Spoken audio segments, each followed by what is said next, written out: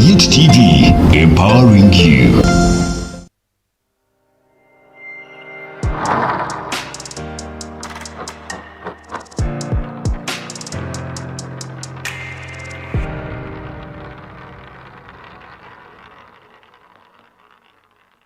You're watching a Youth TV, empowering you.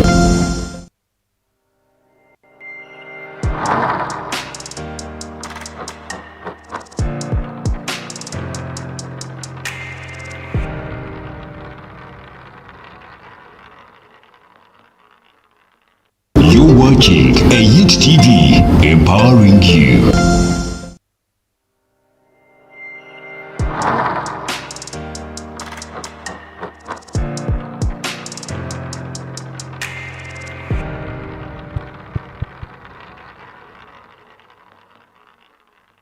You're watching a Youth TV, empowering you.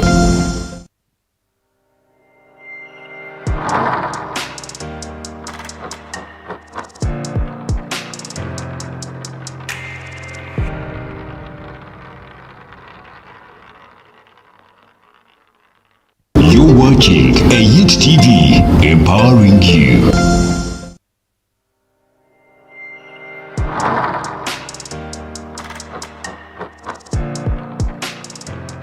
Yes, thank you very much, you who is still watching A8 TV. We promised, and here we are.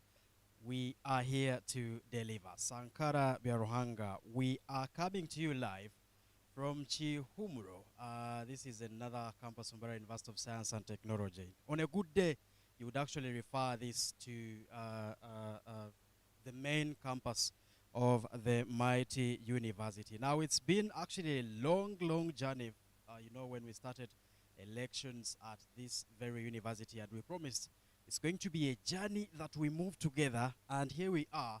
Today, we are actually ushering in a new government. The word you see just below here is actually Must Guild 2022 swearing in and handover ceremony. And what that tells you is actually that the cabinet that was active from 2021 around this time, then it is actually coming, to the end of their service, and we're ushering in into, another one. Now, when I talk about a cabinet, you need actually to know that with Guild, generally, you are running a government, just like we have at the national level. A cabinet, comprised of the Guild president himself or herself, but also the vice president. We also have a Guild prime minister, the deputy prime minister. We are talking about people, positions like the finance minister. We have someone in charge of, education. We look at the health also, a position there. We have on-campus affairs, off-campus affairs, quite a number of them. We have justice and constitutional affairs. We also have someone, of course, of, information and technology.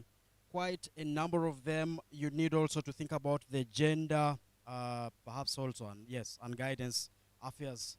A number of them. You look at the international affairs and external relations. All those comprise the cabinet. Now, once they actually swear in, then they are actually fully serving, and you ought to ask in case anything actually goes wrong. But at the end of the day, why? Why this? Because we need to be sure that they are, going to serve according to the Constitution. The Constitution gives them that chance, and of course, without rules, human beings perhaps at one point could actually turn to savage, kind of actions. So we need to be sure that they are going to serve according to how the Guild Constitution actually gives them powers. Now, talking about Constitution, this is supposed to happen at least 48 hours, from the first GRC meeting. And the GRC meeting I'm talking about is actually where we elect the Guild Speaker, who also is supposed to swear in such an event. I'm telling you, this is always a very big day for very many, especially those that are taking up, some positions to lead fellow students at the university level. And also, why this is actually important is because it ushers you in service, and later in the years, this is the same group that we shall be seeing perhaps at the helm of the national leadership positions. Now, the order usually is that the guild president is going to swear in first. Later, well, quite not sure about whether the speaker will come in later, but usually what comes later is the cabinet, and the ministers that I talked about should be able to follow, and then later the GRC, meaning, the guild representatives council, which actually would call the parliament at the level of a university. Well, we should be able to get started very, very shortly. And the Constitution also states very clearly that on such an event, the Vice Chancellor or his or her representative is actually expected to be present on such. So that could be one of the reasons we are not starting at the time we promised. But trust me, as long as you're around, you should be able to get to see what these gentlemen and ladies should be able to depict how they are prepared to serve. Now, on 21st May 2022, this very regime is going to make 100 days of them in service. That is, if we start counting from today. What could be those things that they should be able to accomplish in their term? I should be able to move around, and any willing leader, of course, should be able, willing to share what they are supposed, to do in those first 100 days. A fine gentleman here, trust me, God likes you very much, and he tells me I should actually talk to you first. Yeah, you're welcome. The names and the position. Thank you. My name is Biarhanga Mark, and I'm the GRC for BBA. That is from the Faculty of Business and Management Sciences. Wow, Biarhanga Mark, there goes, and well, I told you God likes you, and you happen to be my namesake. But that's for another day. Your first 100 days in office, how are you prepared to serve, your constituency? Yeah, of course, this term is quite short, taking about 6 months. And of course, with that little time, meaning starting immediately as we swear in, we shall start with service delivery. We have to deliver to our people so that in the little time we'll be in office, they are able to appreciate each and everything that we do for them. Okay. How long are we talking about? That is how many months? 6 months. 6 months, and you are the helm of leadership and serving your constituency. Comrade or honorable? Well, you're actually about to graduate to honorable. Biarhanga Mark says, service delivery, of course, comes first for my constituency. Now, Mbara University of Science and Technology, of course, is another platform that, gives a chance to all.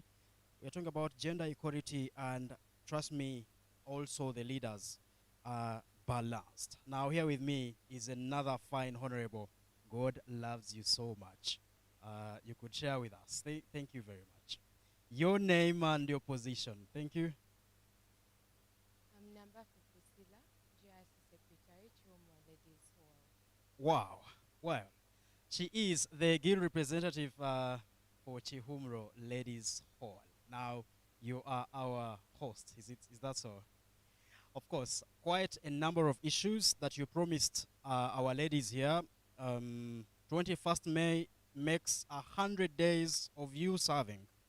What's that, priority stuff are you actually going to present to the floor in your council meeting? So I have to make sure, I promised Yes. to make sure that the students, all their concerns are raised, as long as they are logical concerns. They are the hygiene, the water, the what, everything, they have to be comfortable in the hall. And any other thing, the health-wise, I present it to you so that you see how we can help them. Okay, well, she is promising again that, well, let that time come, I should be able to get the concerns of the ladies. Could you mention a few, that maybe one, top one, that is pressing around? Oh, the issue of health, in case during the night, emergencies, asthma, whatnot. We don't have a nurse on standby or anything that can rush the students to the hospital. So it's still a major challenge there. Okay. Well, rhymes and sounds of we need at least something to do with first aid, but also the distance between here and the town campus as popularly known. Now, thank you very much for sharing with us. We just hope you actually serve as you promise. Another smart gentleman next to me is another leader that we should be able to usher in today. God loves, okay. Allah loves you so much. I can see some, you call it sigda or something like that. I can't be able to tell. But yeah, your name and position. Uthman Bajia. Yeah, you could, yeah. I'm Uthman Bajia, GRC Secretary Nursing. Wow, JRC Secretary Nursing. Now, well, the other name really very hard, but at least I would go with Uthman. Honorable Uthman, you are about to actually, get into service.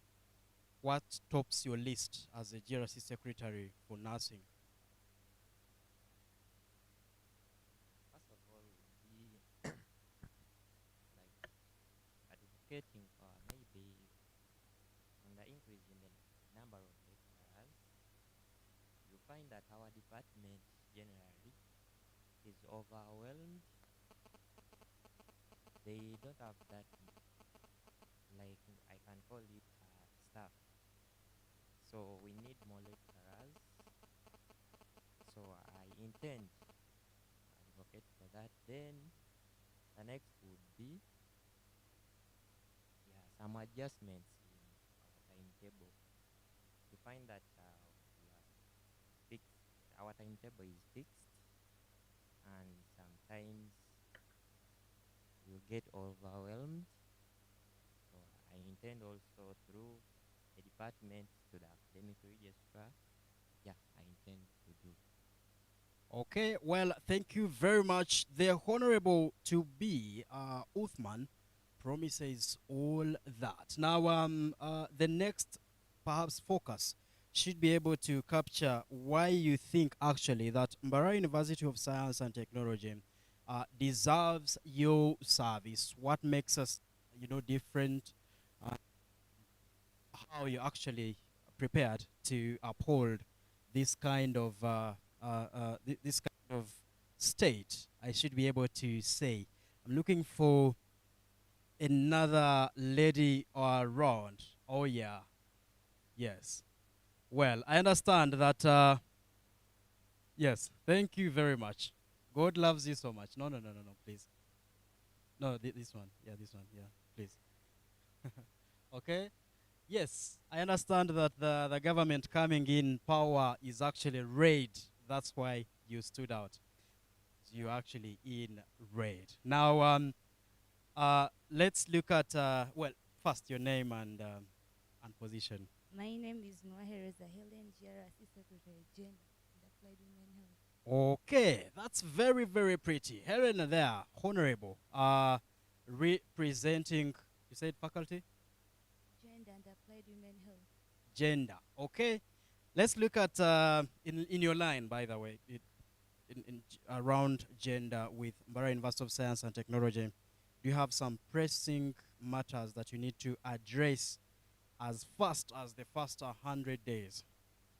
Yes, of course, I will advocate for gender equality and equity, fairness. First of all, women empowerment is what we are looking for. Women should be empowered, especially the leaders that we have. We should have an equal number of leaders, men and women. Yes, to serve. Okay.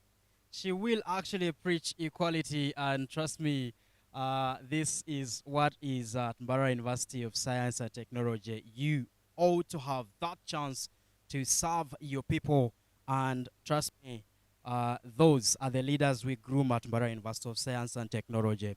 With me here, I get another opportunity to interact with former, or I don't know if we actually have a title called ex-guild president. This gentleman here was actually contesting in this very race as a guild presidential candidate, and mukulu bakabye or something like that. But yes, the students who have the power to, select their own leaders chose, and that's what makes must stand out, because you have that chance and you're not going to hear interference in such a process. Now, I know your name. Kana Kambata, as you like to put it. Thank you very much. First of all, to see you in this room is actually not usual. I'm trying to move around to see if there is another uh, former presidential candidate, and I can't find one. This actually shows something special with you. Let's start with what you wish these guys should achieve in the first 100 days. First of all, I'm here because tomorrow is home. Yes. This is where I stay. This is my faculty. But also, second of all, is because I believe that the students of MAST were very clear, actually very clear. Yes. 1,000 something votes difference. They You're not complaining. I can't complain. How do you Okay. even start? Okay. Okay. They were loud and clear. Yes, they are very loud and clear. Yes. So, personally, I believe that we can work together. This is a government, I believe, which will provide for the students. Mm. For the first 100 days, there are issues which I believe can be worked upon. For example, the discontinued students due to malpractice, there are a lot of question marks. Mm. We believe the government can work on that. Then the retake policy. There are people who have received emails today. Somebody was just from telling me. They have received emails telling them not to continue with their studies. They want to be put down. They stay put where they are. And we are saying that if this government can work on those, at least in the past 100 days, Yes. then definitely people will say, wow, they have Wow. done something. Because those are issues which are really pressing students. Wow. Yeah. That's what you would actually handle. Exactly. Guess you took over. Exactly. Of course, very, very nice. He talks about the students that were recently showed the gates of science and use of malpractices, and he says at least we need to see the government do something. Our guild representatives, quite a number of. Um, I was waiting for you to contest the results, but since you didn't, then you at Like I least you said, put, yes, yes. students were very clear. They want justice. They want this leader. And we have to respect that. Personally, I believe he can deliver. So we are waiting for the results of the way. We Okay. are waiting because, like I said, pressing issues, discontinued students. Start on that. Secondly, retake policy. It's affecting people. Unless they don't deliver. If they don't, like I said, personally, and the UID, we shall give alternatives. Okay, now before alternative, you actually had some good points in your manifesto. Are you actually prepared to, kind of work together? Yeah, actually Share sent this. him my manifesto, fully explained, Sent him? highlighted, yes. Okay. I sent the manifesto and we're in touch. We're in touch.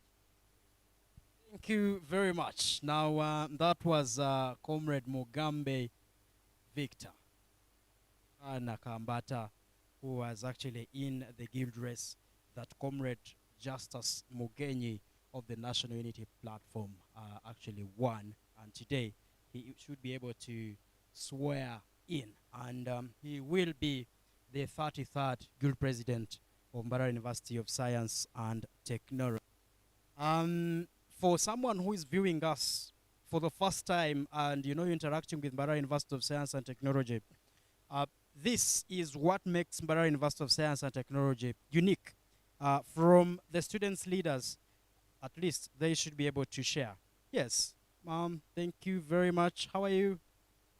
Yeah, take it on. Okay. Yeah, there is someone watching us for the first time. They are watching any content from Mbarara University of Science and Technology. They want to know why MUST stands out, because you are our student leader. We believe you carry that pride. Are there things you pride in yourself being at Mbarara University of Science and Technology? My name is Aber Elizabeth. I am GRC Secretary Medicine, and I am proud of Mbara University. First of all, I believe we are the best. We are among the best medical schools in Uganda, basing on the facilities, the the lectures. Yeah, the lectures are good, and I think the method of assessment is good. Also, the fact that students are allowed to make their choices of leaders, they don't impose leaders on us. I believe we stand out because of some of these reasons. Okay, wow, quite a number of them that make Mbara University of Science and Technology stand out. She could not mention every other reason and leave out the chance to have selected by students. Yes, you are actually smart in African wear. This is very pretty of you, honorable. You could first tell us, your names and the position, and then later you help us, share with this person joining us for the first time, and they are watching this content from Bara University of Science and Technology. They would actually wish to hear from you why anyone else should join Barara University of Science and Technology. Are you happy here? Yeah, let's roll, please. Yeah, thank you so much. Mm. Yeah, my name is Mr. Narishas Chief. Yeah, I'm a former GRC Petroleum Engineering, Yes. and currently I'm a GRC Secretary representing people from Kiswahili. Mm. Yeah. So, as you asked me about a good thing that you can tell about people about Bara University, Yes. this is one of the best universities you can find in Uganda. Mm. It's very, very amazing. It's a good university. There's a good work being done here. I really encourage people out there really come and join us and manifest the technology in this university. What do you pride in, like most? What makes it good? Actually, me here, like, besides other things constant, like, I enjoy the environment here, the hospitality of lecturers, and the friendship between students. Like, you feel you are really home. It's a very good place for everyone to enjoy. Okay. And wouldn't it be very, very good to study and you're studying from home? The gentleman just says, while here, you actually feel at home. And that's what makes Mbara University of Science and Technology unique. It's a cool journey that you who is watching need at least you to share, or your siblings or your family or your friends. Trust me. Next is going to be a lady. Yes, thank you very much. Wow, you have the mic there. You can share with us your names and your position. Then later you could share with us what makes Mbarara University of Science and Technology very, very unique. My name is Chisawe Hanifa. I'm the outgoing GRC, ISA, Accounting and Finance. And I think what makes Mbara University unique is the fact that they welcome us despite being from a different region. Yes. They are very open and they make us feel secure and comfortable. I like it a lot. Okay. Looking at the way you're dressed, of course, brings in two aspects. The religion, side of it being one of it. How is it that with Mbarara University of Science and Technology, when it comes to that, do we sideline with any kind of religion, or it is actually balanced? And I don't know. It's actually quite balanced, and the fact that they give opportunities to different religious sects to have their own associations, things that bring them together, it's quite nice. Wow. Wow. We all How? live together peacefully. Okay. Peacefully, and it is balanced. How best could that actually come out? Now, you who is watching us have, you have another reason to consider Mbarara University of Science and Technology the best of you. I want to believe that the side I'm in is actually those that are outgoing. Now, quite a number of big men around here. One of them actually, when I thought it was only Victor in the house, there is another contestant who was actually in the same race. You didn't lose, but students chose the other one, and we are very, very much to have you, Comrade Beda Witness. You're so welcome, and there. Thank you very much. Yes, a number of people watching you now perhaps would not want to miss um, to hear your comment. At least this is your first public appearance after you lost. After no. I actually didn't. Thank you very much. I want Yeah, to yeah. differ. This Okay. is not my first I public appearance. expected Maybe if public appearance is judged with appearing on ATV, then that's my Okay. first Okay. public appearance. But I've been out there. I interact with That's everyone. collected. That's collected. That's Thank you. collected. Wow, your comment to general elections and how it actually went.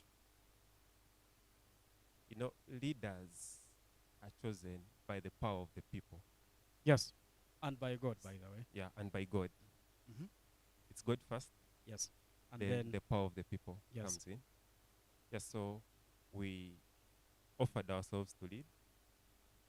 We tabled what we had, the agendas for the agenda for each contestant, and the students, yes. by the power they have, they actually chose that Mjain Justice should be their next guild president, and we respect the decision. Uh-huh. So you had some very well put clear points in your manifesto. Comrade Victor just told us he already shared his manifesto with Justice. What's your case? Are you actually willing to, support the I government? don't know how he shared his manifesto. Mm. If Justice reached out to him for the manifesto, Yes. then he did so well in giving it out. Mm. But then I don't think I will offer my manifesto to him. I will take it. I don't think I'll carry it to him. Mm. But if he asks for it, then I will definitely give it to him. Okay. Okay, yeah. Very loud and clear. Eyotuveyo. Now in front here, there is this prestigious kind of, I don't know, it's called a gown, of course, but I was looking for the right word. Now you've been serving as Deputy Prime Minister of this very, very regime. Very true. What prides you? What do you, like, the biggest achievement of your office, and you actually believe the incoming Deputy Prime Minister should actually think to work, past that red line? When you're the deputy prime minister, Yes, you don't hold a particular ministry, yes, but then the work you do is actually very pertinent to the survival of the of the entire government. executive. Mm. First of all, you're the secretary to the executive, but also you play a supportive role. So for most of the activities that were happening, the beauty pageant and everything that happened in the social affairs ministry, Yes. what happened in the education ministry, Mm. everything that happened there had my supportive role. Oh, I was playing a background supportive role for each ministry.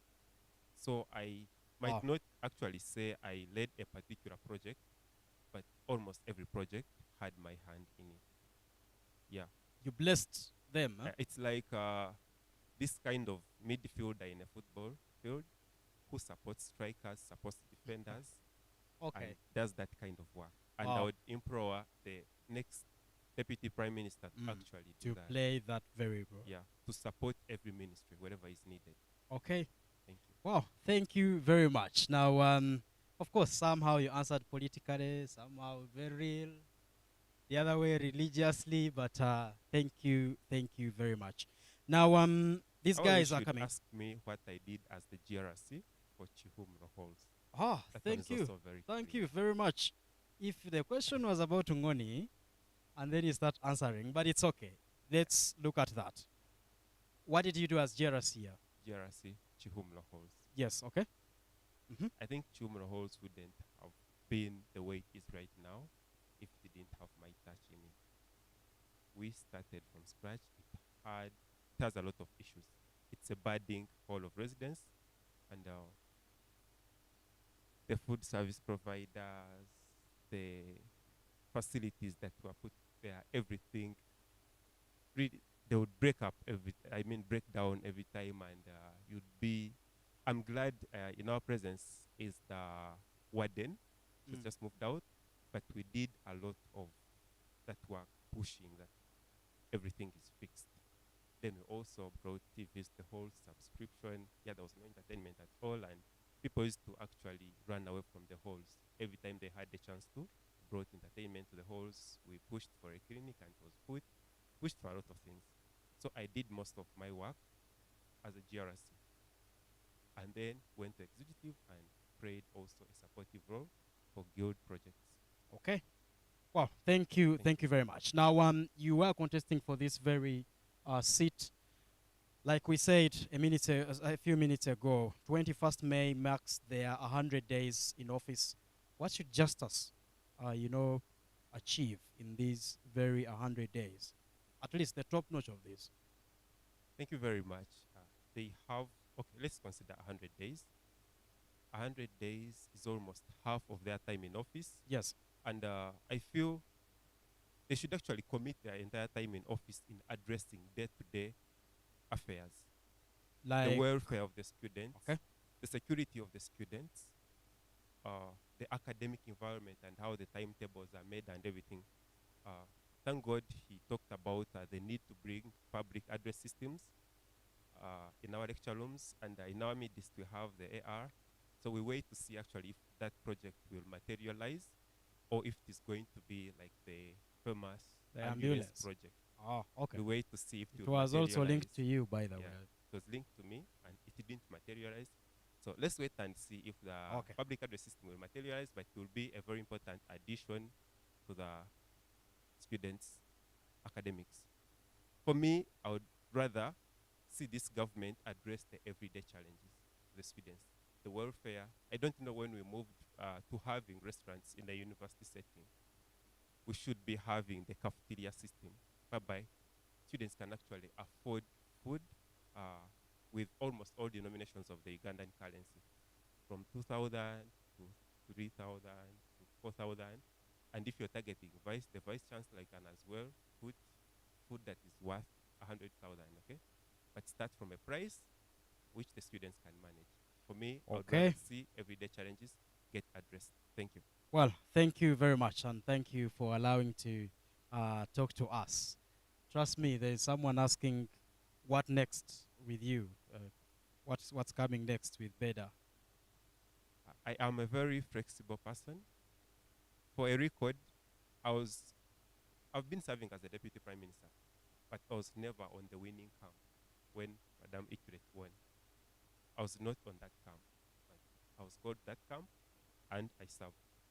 If these people want my service, I'm very ready to play a supportive role, not as a minister, not as a direct person, but if they need me to support them somewhere or advise somewhere, I'm very ready. Okay. Thank you. Wow, thank you very much. That was Comrade Beda Witness. He was actually contesting in this very guild race also that went in favor of Comrade Justice Mugenyi. And that gentleman should be able to swear in today around also with his selected cabinet. And I'm telling you, all the people you see in the room, then we are here not for any other reason but that. Now, yes, let's roll on. Thank you very much. God loves you so much that from Beda, you're the next. Now, your name and position, and then we roll. I'm Arimiche Happy, GRC, Gender, Women Health, and Minister of Gender and Equality. You're okay. So, if you finally swear in, then you're going to be our next minister, Church of Gender. Okay, very, very well. So we understand, by the way, that Women's Day is a few days, by the way. I'm certain it is early March within the docket. Of course, previously we have seen several of them, several activities organized around that. What could be coming within your docket this time? Well, Thank you for that question. Yes. But you know, sometimes when you have this suite that people don't have, Mm-hmm. you are very safe. Yes. When you come as a visitor, Mm. you keep the suites. Then when the kids come in, give out the suites. So you're keeping the sweets. Yes. Oh no, we need our sweets. Okay, well, that is another political way of answering this. But the outgoing minister organized mass beauty pageant, and it was actually, in one way or another, a success that saw us, have Mr. and no, Miss and Mr. Must. Yeah. What's coming within your docket? How are we prepared again to, push these two people that go through as our, I don't think they represent us in any way, but they are our face. Mr. Must, Miss Must really should be some big name out there for our case. Is there anything coming in your docket? Yeah, a lot is coming, by the way, because right now I'm seeing on both genders, not basically one. Because all along it has been women, empowerment, women. Yes. But in my regime, I think if we address issues with men, teach them how to support the women, women will be more empowered than empowering women. You leave out men. Men will think maybe the women are, underrating them. But when they are told things, how, if you teach them how to do certain things, women will be empowered more than when you teach women alone. So in this case, well, men will have to also stand out. Well, this year's focus in gender issues, and when we talk about women, is actually linked to innovativeness and entrepreneurship. We've not so much, coming out in the media depicting how Mbarara University of Science and Technology female, students are excelling in innovations and entrepreneurship. Of course, we have seen some of, but we believe we are bigger than that. We need to be out there. Do you have any thing, that you're cooking for them? Yes. True. That will be all seen on 8th March. The innovations, the entrepreneurs, all ladies will come out, and that. Okay, thank you very much. Now, you is watching AIT TV. The Vice Chancellor is finally in the house, and immediately we think we should be able to actually start the function just like the Constitution puts it. And within, in the next few, we should be able to switch to the event. Now, we've been sharing with you about what makes Mbarara University of Science and Technology unique, and this is actually one of them. To see these students leaders coming up, and that's what they are saying, or their comments about their mighty university, all tending to be positive. That is what I am telling you. Now we should be able to switch back to the event. I told you earlier, the Constitution actually puts it that the Vice Chancellor shall be present, all the representative such ceremony begins. Now I should be able to hand over to the outgoing guild speaker, who is being the chairman, election commission in these guild elections. Until the end of this event, for now, we should be able to come back at the end. Thank you. You're watching AIT TV, empowering you.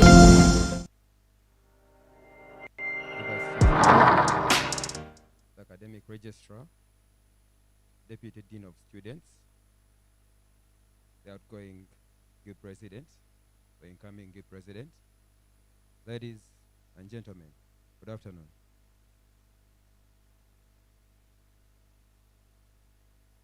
I'm extremely happy to have the Vice Chancellor around with us today. It's not on a daily that we get to see the Vice Chancellor amidst us. We are very, very glad to have. Thank you for our invitation.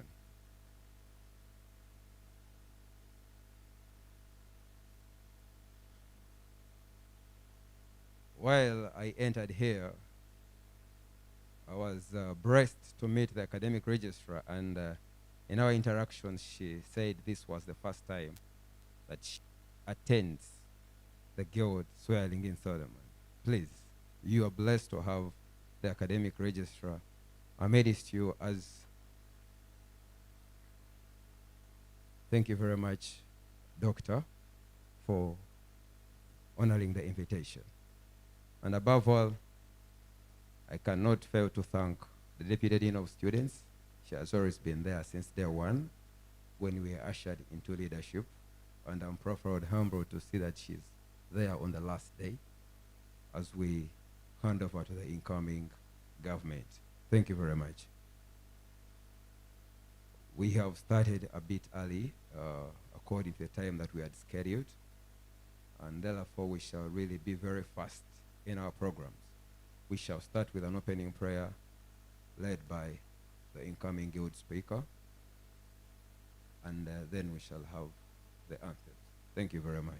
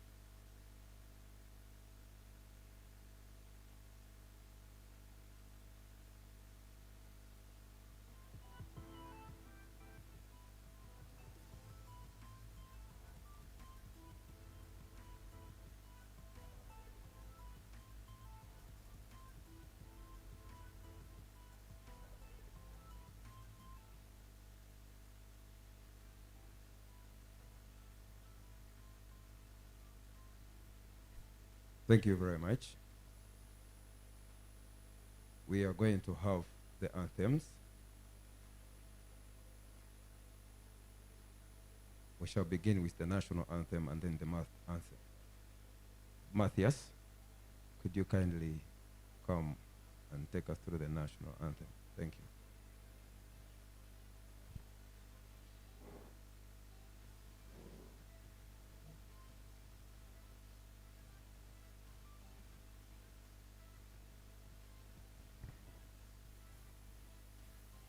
O Uganda,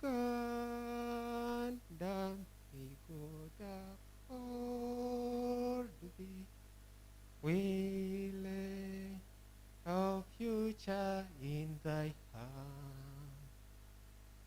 United, free, holy, party together we all faith.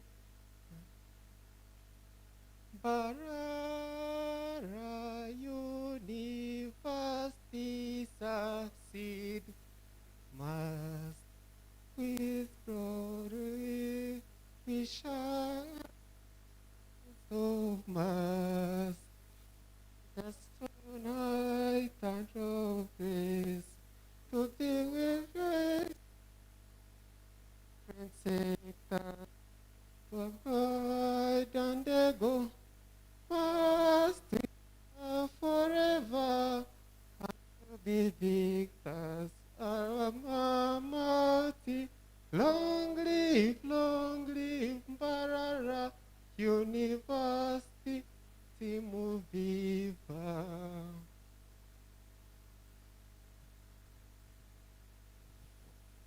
Thank you very much.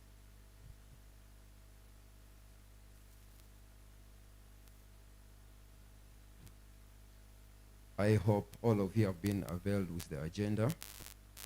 We shall make just one change. We heard the speech from the Vice Chancellor, but I was told that he can give the closing remarks. He's a very busy man who may not be able to give those two speeches. I hope I was corrected very well, but according to our program, okay, thank you very much. He says he can speak and close, please. Thank you. Just like I hinted earlier on, we are already out of time, so we shall be brief so that we finish in time. We've had the opening prayer, we've already had lunch, and I'll give my opening remarks. When the semester started, I was called in the office of the Dean of Students, and they told me that yes, we have to follow the Constitution because at that time the good president had finished her studies. And trust me, I was a little bit nervous on how I was going to, continue without the good president because she was a pillar in our leadership. And I'm very glad that at least today we are going to hand over, and nothing has gone wrong within this 1 month that I've been the acting or the chairperson of the caretaker government.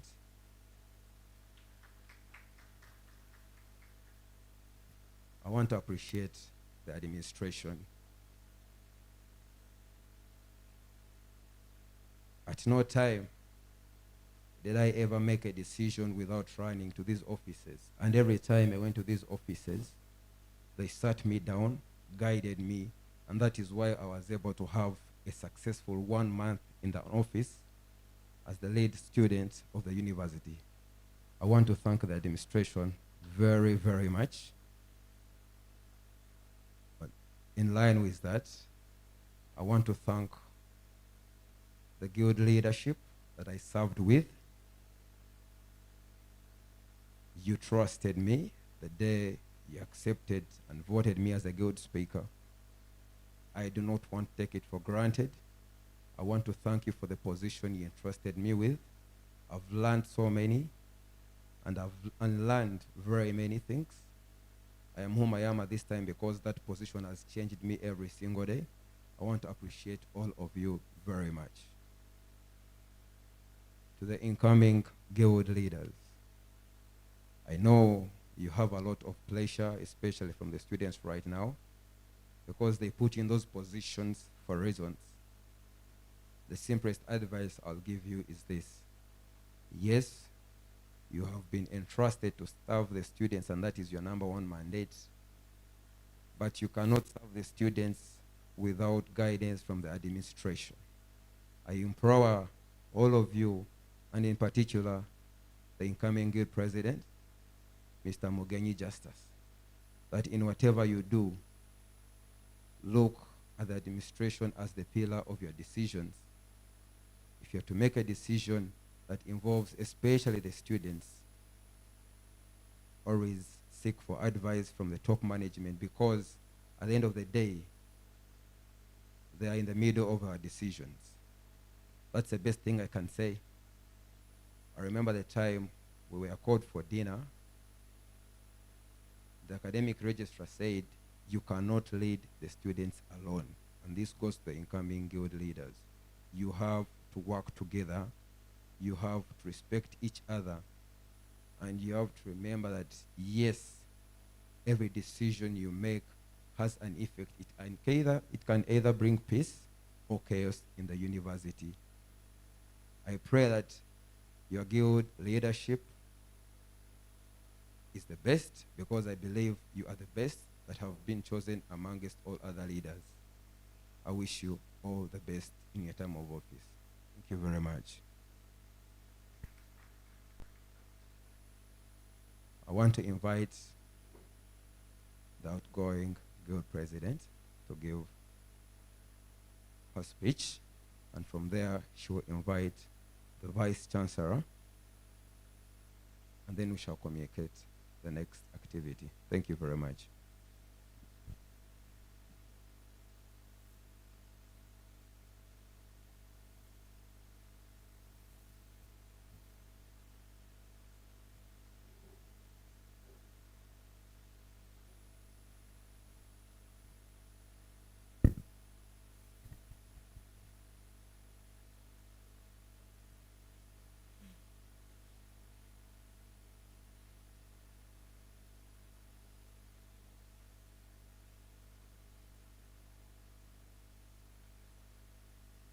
Today is a very, very nostalgic day for me and for the entire outgoing cabinet.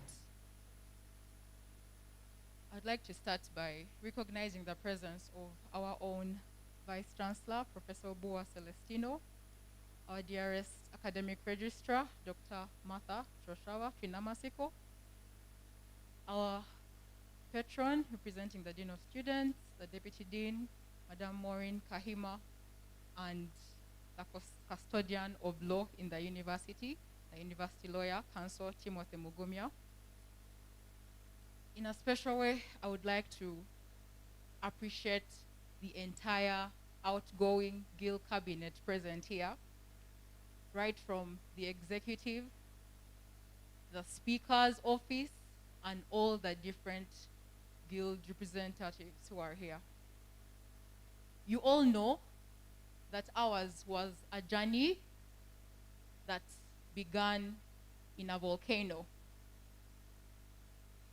Ours was a journey that began at a time when the mass students' body had a vacuum of leadership.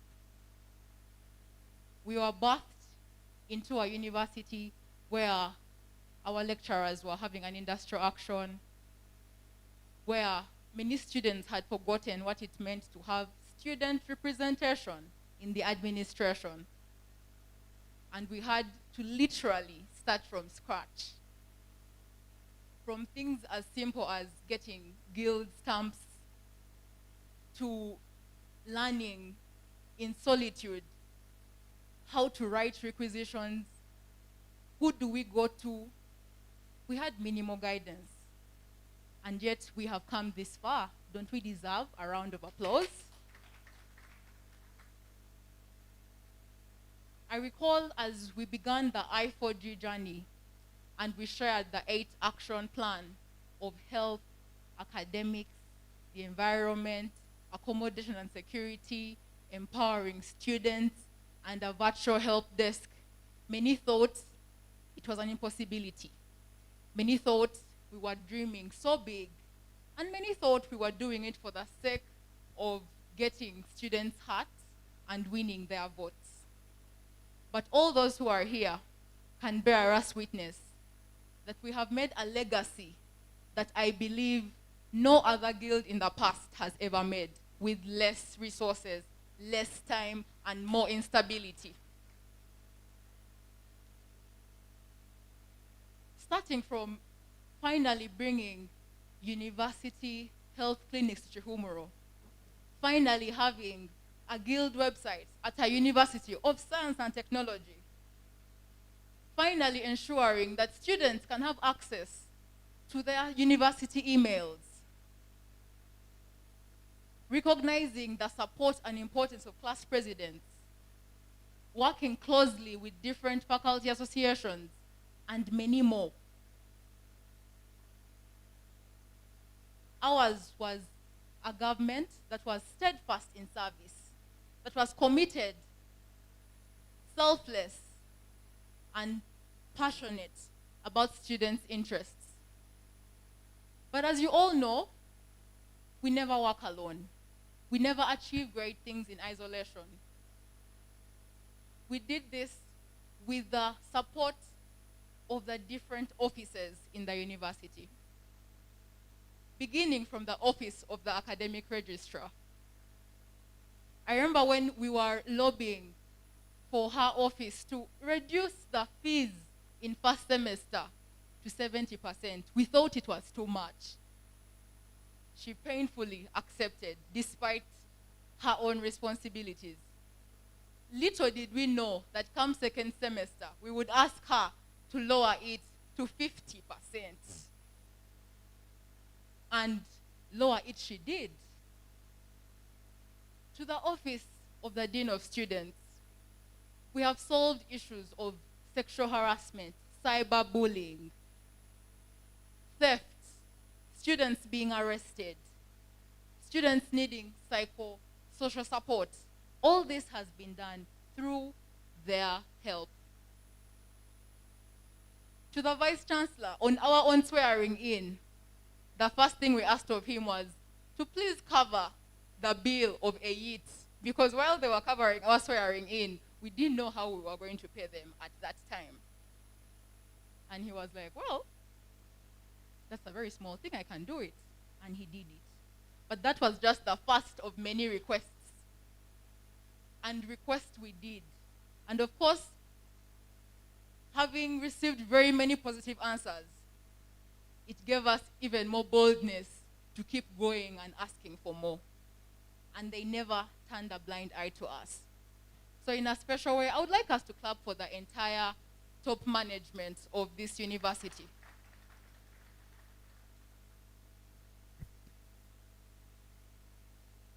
The greatest achievement is actually sitting right in front of us. Not only have we ensured a successful transition for student leadership that we did not have, we have ensured that MUST no longer lives in a vacuum without student leadership. And this very government, as we made history by having the second female guild president, they too made even more history by having the first female guild speaker. Let's clap for them, surely. So this just shows that MUST is set on a trajectory of success, of elegance, of advancement, of breaking the barriers. We are the university where anything can happen. Personally, I am the exact example of that. I hail from the smallest program in the university. The smallest. You know what small is? I think you don't even have discussion groups as small as that for some of your programs.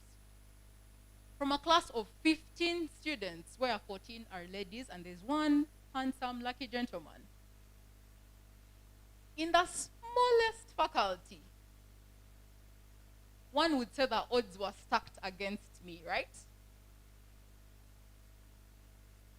And yet, you proved it different.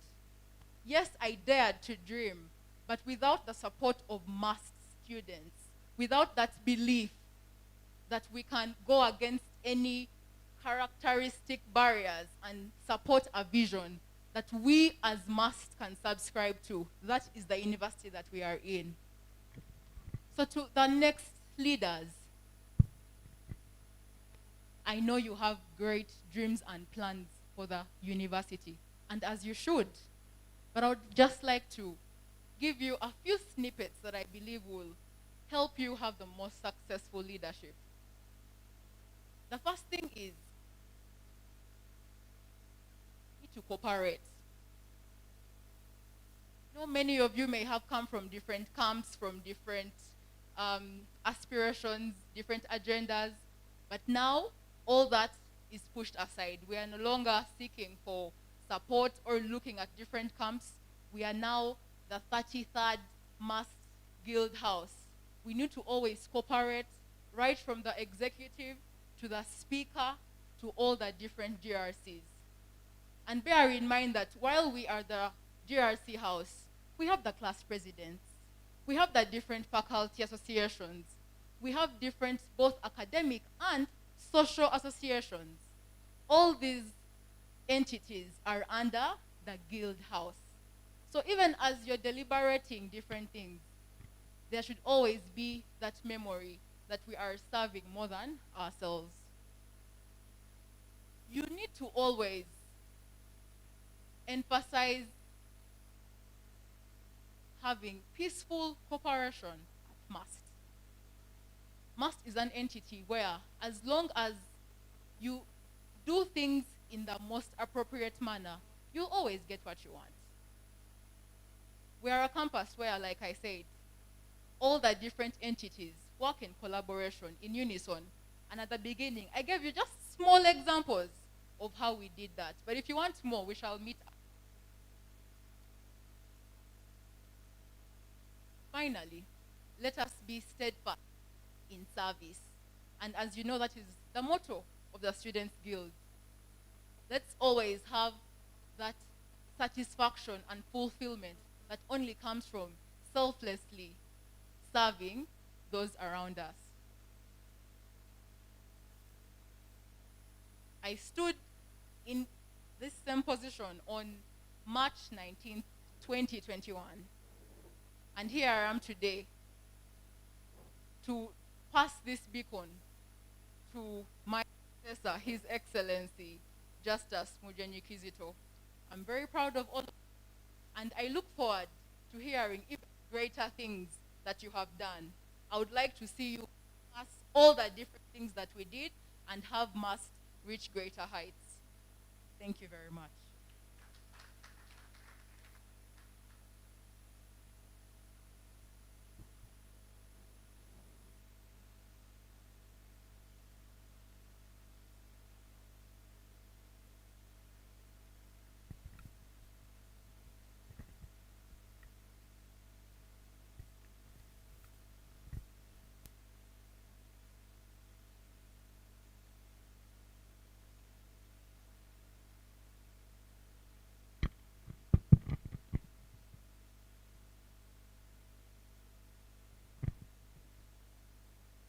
Today is a special day, not only because we have the AR attending the swearing in ceremony for the first time in, oh God, it's even surprising. In our own swearing in, we did invite the AR. I don't know why she didn't come, but she didn't come. We invited you.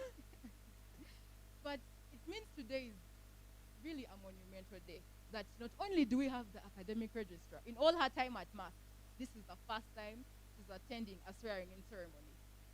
We also have the Vice Chair of Council and the Chairperson of the Students' Welfare Committee, a committee that's dedicated to students' issues, Council Sarah Nyacho Mwaka. Besides the guild president and guild speaker, many of you may not get a chance to meet her before now. So after this meeting, please bombard her with requests for her number. In case you need legal help, she will be the one for you. Madam Sarah, thank you so much for gracing us with your presence, and we really know for a fact that your support for us in that committee translates to your presence here. So thank you very much. This moment, I would like to invite once again, like I said, the Vice Chancellor, who has been a steward to all of us, who always is eager to pick our calls at different times when we were lamenting about the delay in government students' allowances, when we had the lecturers' industrial action, when we wanted a YIT fee to be paid. And I think even today, you will talk about it. Professor Oboa Celestino, please come and share with us.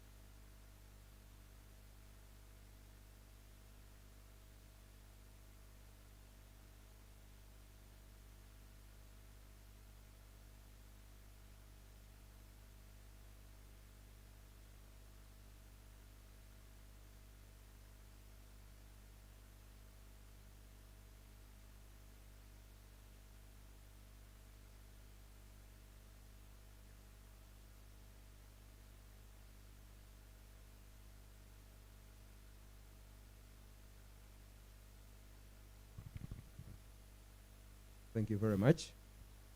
We are going to start the swearing-in ceremony. We shall swear in the speaker and the deputy first, and then they will take over the ceremony and swear in the rest of the members. I want to invite the incoming speaker and the deputy to get sworn in. Thank you.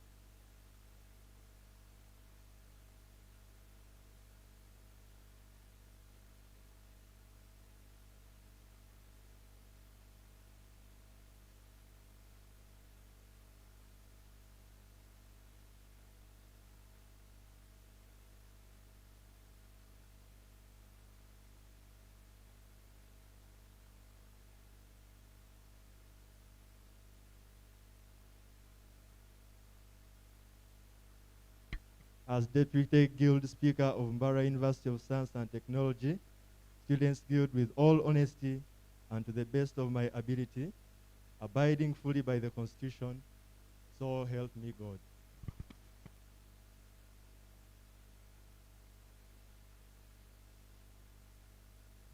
Congratulations, the speaker and deputy speaker. Please, give them another round of applause, please. It's time for me to say bye, and I want to hand over and give her everything that I was handed over to, and then she will take over. Thank you.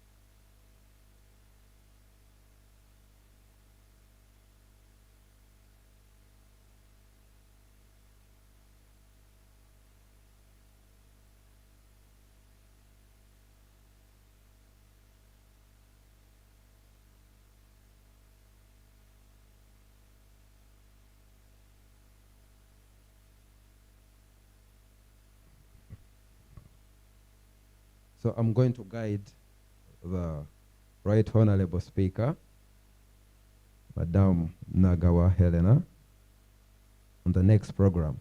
We shall have the GRC secretaries first.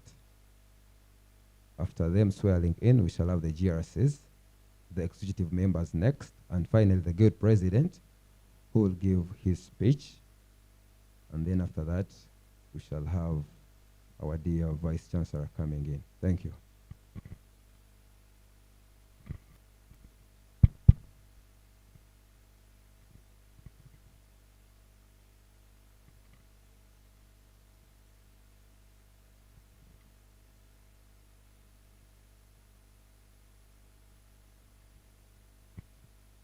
I hereby invite all the GRC secretaries to come in front.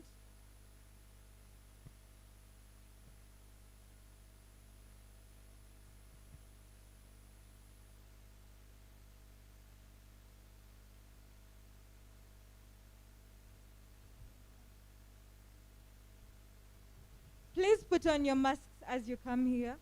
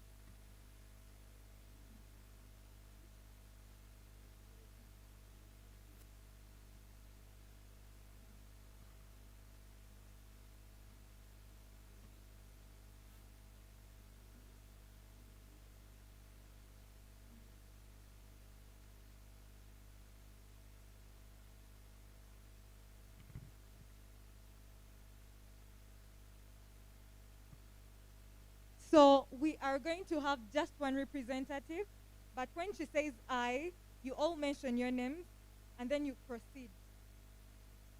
Is it okay? You're going to raise up your right hands as you swear in. I, Amanya Lilian, swear that I shall discharge my duties as GRC Secretary of Mbara University of Science and Technology Students Guild with all honesty, to the best of my ability, abiding fully by the Constitution, so help me God. Congratulations to all the GRC secretaries. I hope we shall be steadfast in service. Thank you very much.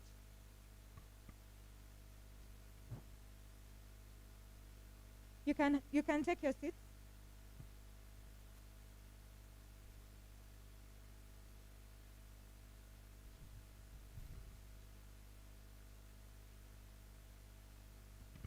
I think our GRC secretaries deserve a hand clap.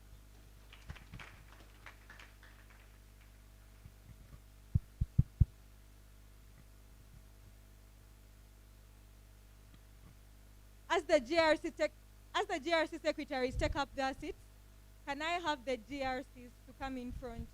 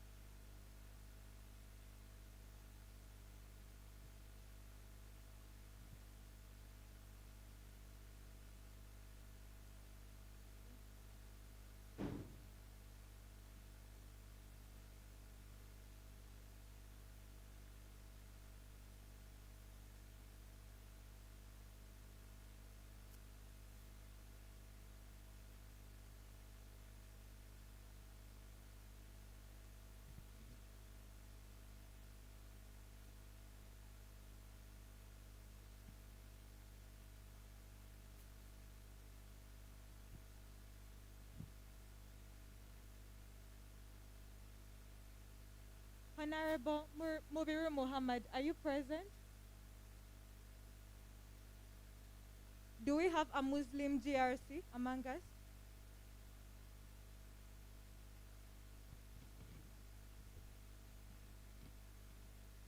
So once again, you're going to raise your right hand as you're swearing in. You will speak. When he says I, you all mention your names, and then he will lead you as you speak.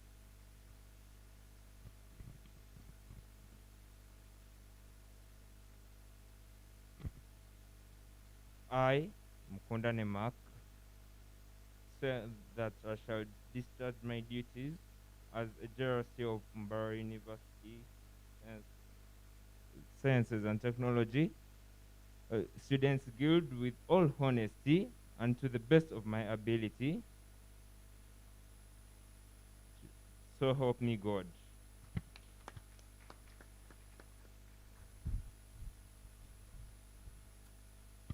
Congratulations to all the GRCs who have been sworn in. I hope we shall remain steadfast in service once again. I invite all the executive members to come in front and swear in.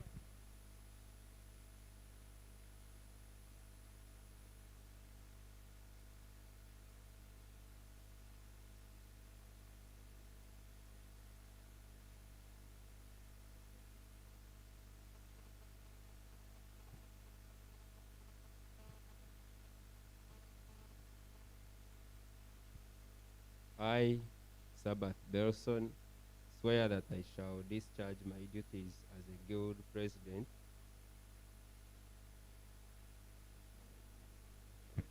Cut. Let's calm down.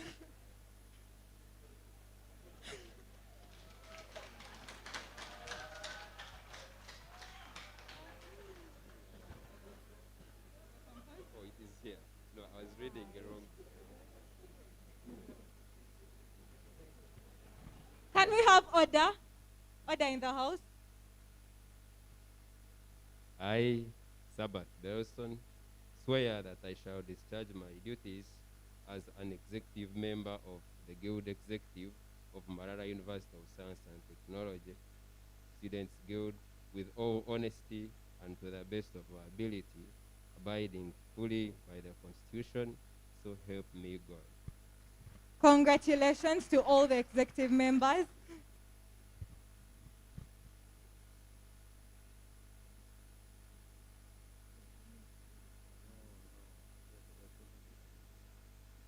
I believe our executive members do deserve a big hand clap. Congratulations once again. I invite the Vice Guild President of Mbarara University of Science and Technology to come and take her oath.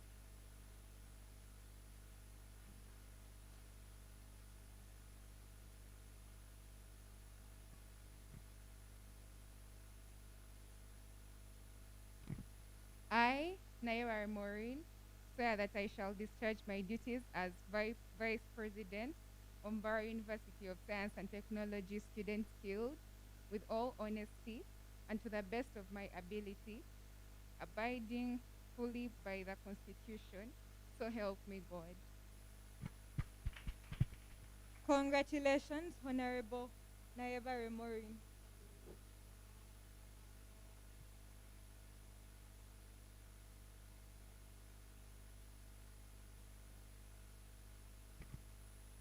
Let us give her another hand clap.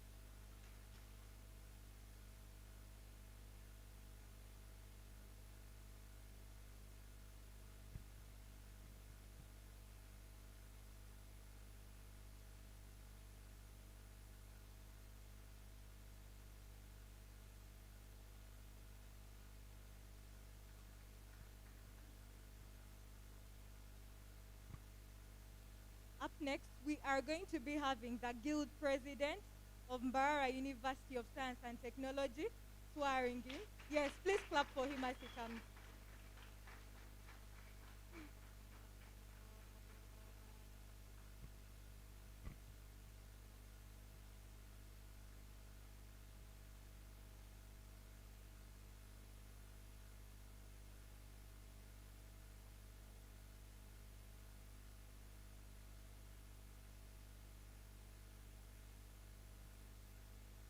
I, Mugenyi Justus Kizito, swear that I shall discharge my duties as Guild President of Mbarara University of Science and Technology, Students Guild, with all honesty and to the best of my ability, abiding fully by the Constitution, so help me God.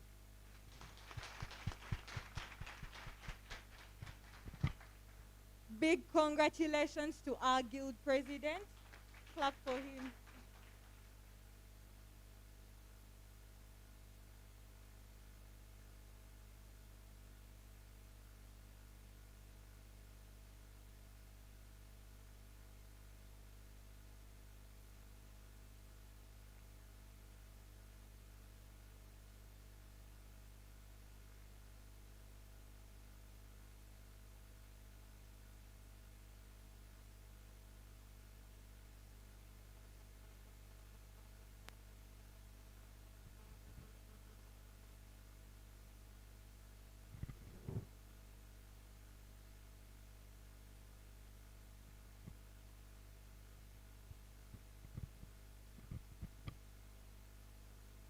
I would like to take this opportunity to congratulate you all upon making it to the 33rd Mass Guild Parliament.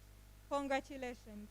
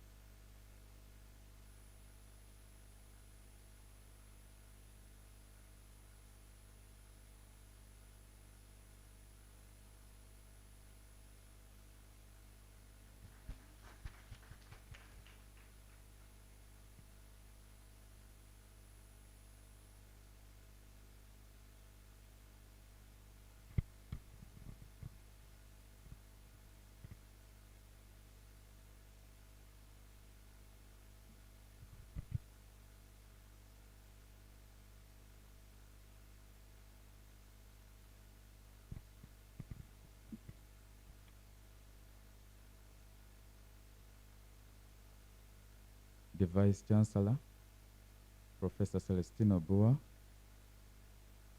the Academic Register, the Deputy Dean, the two different councils in the building,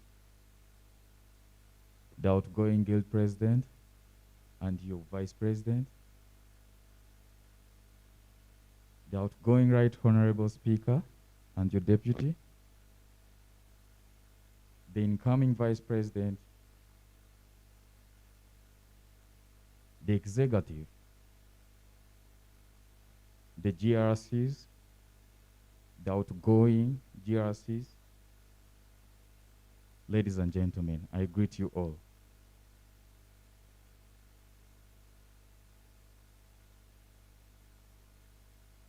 Today is my greatest honor to be right here before you, to speak to you as the Guild President of this mighty institution, Mbarara University.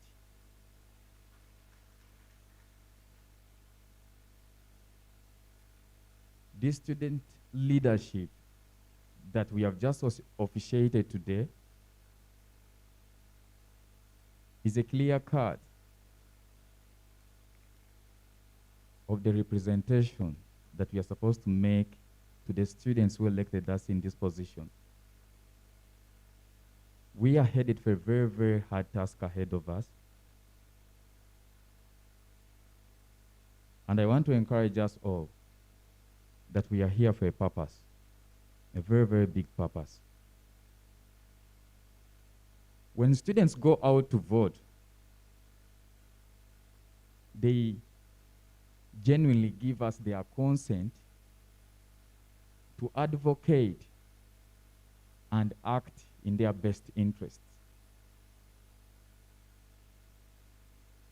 Basing on the numbers of this year's turn-up for the students who came and voted for all the positions is a clear indication of how students have so much yearned and of how much students want to entrust us to be their representatives in whatever avenues and for their best interests. In history, Mbai University, for the past 33 years, Mbai University has never had such a big turn-up, just like the concluded guild elections. We first of all have to appreciate these students for coming up and raise their voices. I first of all want to appreciate the outgoing government. It would be very, very much unjustifiable if I speak here before you and I fail to appreciate the outgoing regime. It would be immensely very, very bad. I really want to thank the outgoing guild president. She has been a very good friend, regardless of the position she was in. We happen to have joined in the same year. We were very good friends in first year, but I think as we continued, we somehow, I think, had different views. But she's a very, very good friend. She's one that calls me, I call her, we talk for long. She has been, I think, a mother. She has been guiding.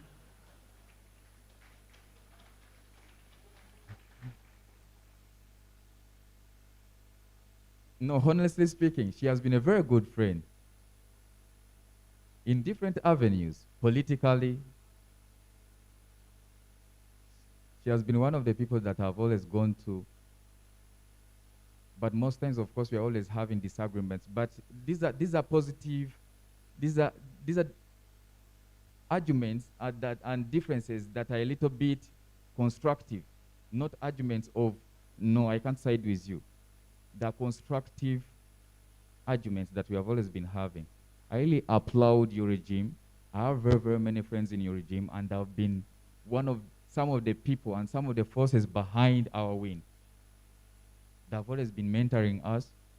I don't believe I've done this alone. So I really thank you so much, and I really want to use this opportunity to as well request you that you will be always you will be, before we go to the big people, I think we shall first of all reach out to you.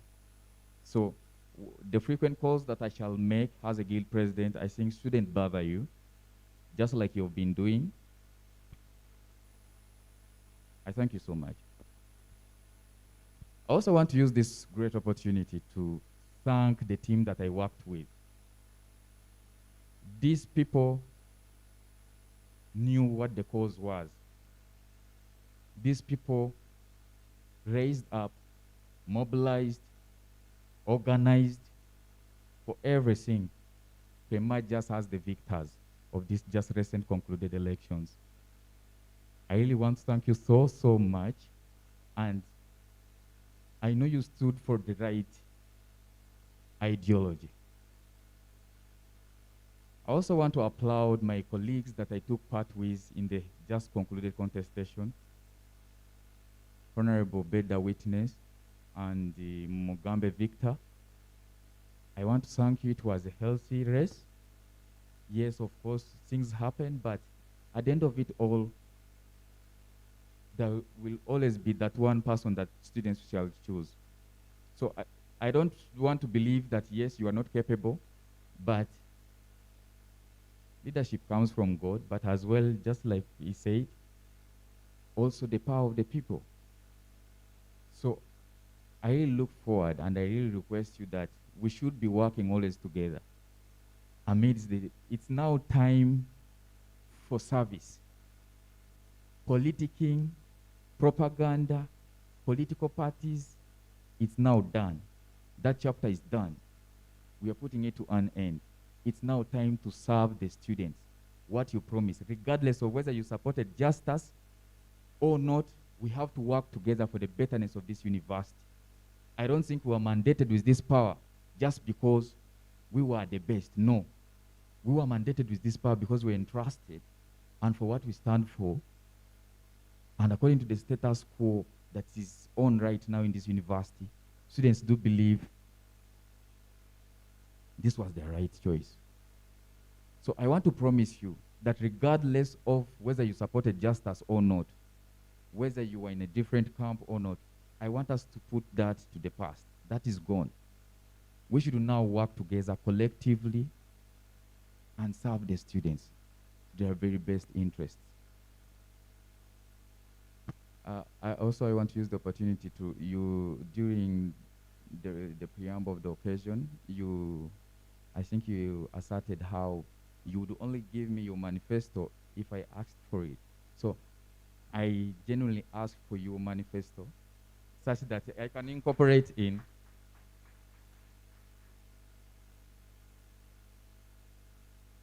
during our campaigns.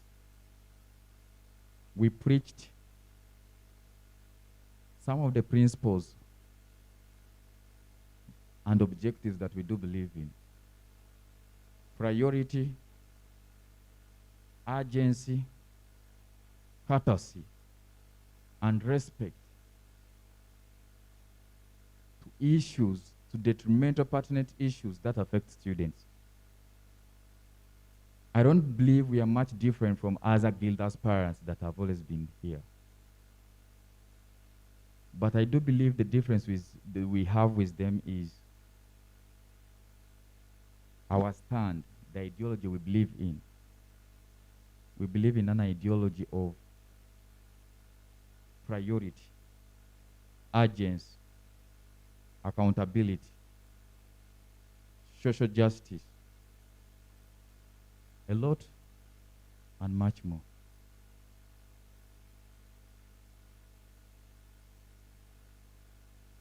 I also believe, as the new government, that students shouldn't be blocked from enjoying their education privileges just because of their socio-economic backgrounds, the statuses, and much more. But for as long as students have gone an extra mile to work hard towards attaining better education, I really want to believe that these students would always be given an opportunity, if at all it's there. If a student really works so hard, amidst the challenges that they always face, I really want to request the administration that these students would always be given a chance. A case in point here is, even in circumstances, even in unprecedented times,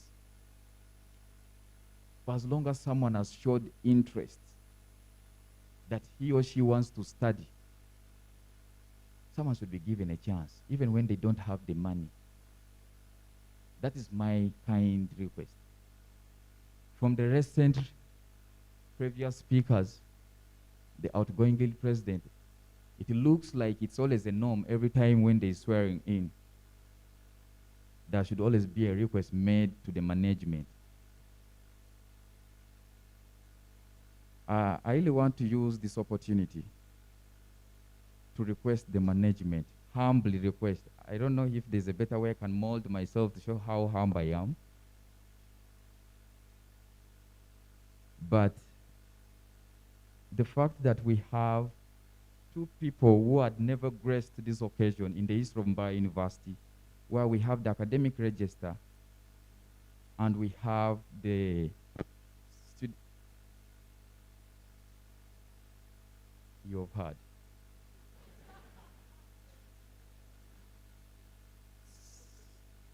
I really want to request that apparently we have, these are people who are representing the education sector. And one of the pertinent issue that is on right now is the issue, are two issues, of the discontinued students and students who are getting retakes and are meant to have a dead year. I really want to use this opportunity boldly to request kindly that this student at least should have a fair hearing.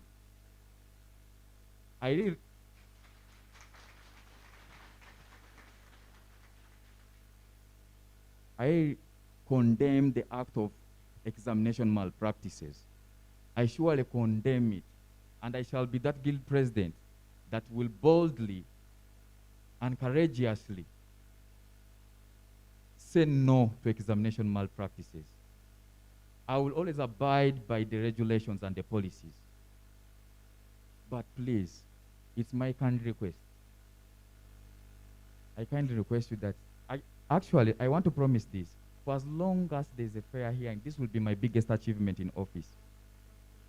We really request that for these discontinued students, yes, most of them have made appeals, and that's how the regulations are supposed to be. They have made appeals to the Student Affairs Committee, and I want to believe that and have some hopes that maybe they'll be listened now to. Because the truth is we started in unprecedented times of COVID-19. Yes, there will be all those proper just questions to downplay whatever I'm tabling out, but I really have a thinking that there's what they call social justice. Even when things are not right, I request that at times things have to be adjusted. Abnormal times call for abnormal adjustment, kindly. To me, as the next guild president, I think that will be the biggest achievement if at all these students are helped out. And also for the retakes, maybe, how about if these students are given maybe supplementary exams? That's just my request to you. I know, yes, it's not abiding by the regulations, but like I've said, I'm just requesting, because the outgoing guild president, I think, requested during that time, and maybe she was heard. I also request kindly.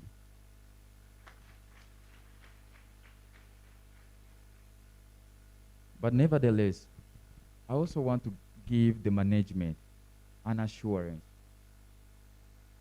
that this regime, this government, shall always table out, shall be a government that shall table out constructive engagements. Constructive engagements. I want to arrest your fears. Honestly speaking, I want to arrest your fears. If there is any regime that the management shall work out with freely and to their very best, is the regime of Justice Mugenyi. I really want to promise you that.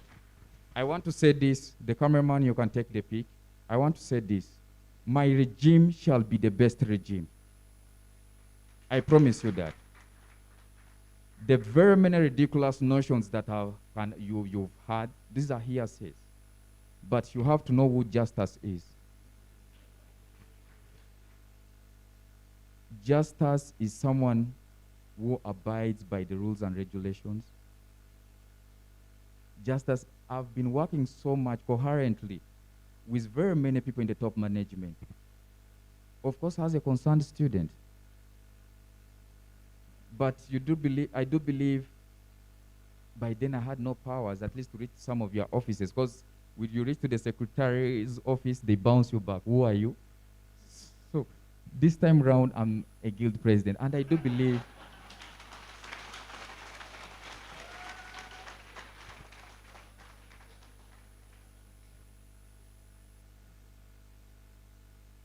I do believe all whatever that happened in the past, whether it was against the university, whether it was against the students, it's in the past chapter.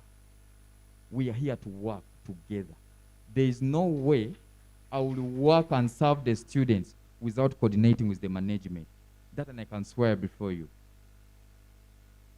We really need these people, to the incoming executive and the other leaders. there is no way we shall execute the mandate vested in us if at all we don't coordinate with these people. However much you think enough of the partisan politics, that one is done. We shouldn't slap into their faces that. That one is done. We were looking for votes and it's done. No, that's a naked truth. That time is now done. Time for politicking and so on, it's now done. It's now time to come on the round table, to have proper engagements. If things are beyond your control, this is how people work. The reason as to why I've been a very good follower of the professor's speech always, every time they're always swearing in. There's a regime that he always applauds every time. And that regime came with the same color I'm in with. That is the regime of Muhammad Umar. He boldly says it always, every time. That was the best regime he worked with. I don't know if this time around again you will appreciate for this one. But Muhammad Umar also came in the same color like I've come in. But I really want to arrest your fears. For those who have worked with me, the top management people that have worked with me know me best. And every time I enter in office, they be like, yeah, we shall work together. So I really do believe, with due respect, sir, that we are going to work together. There's nothing that I think shall stop us from working together. All the hearsay, whatever you've heard, whatever you've seen, was a different verge. We are here to serve the students.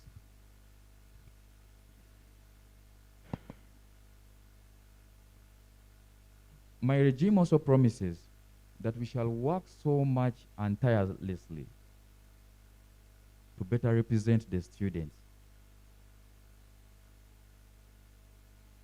I, for one, the votes that I garnered in the just concluded guild elections is a challenge to me. Is a challenge. Is a challenge that you really have to better represent us. And there's no way I can better represent these students if I'm at loggerheads with the administration.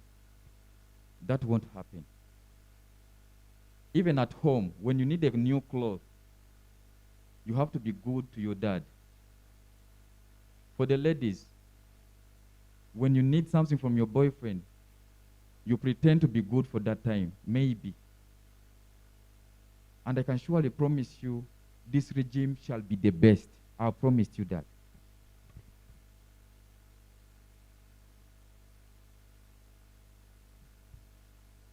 This regime, students' welfare is a priority.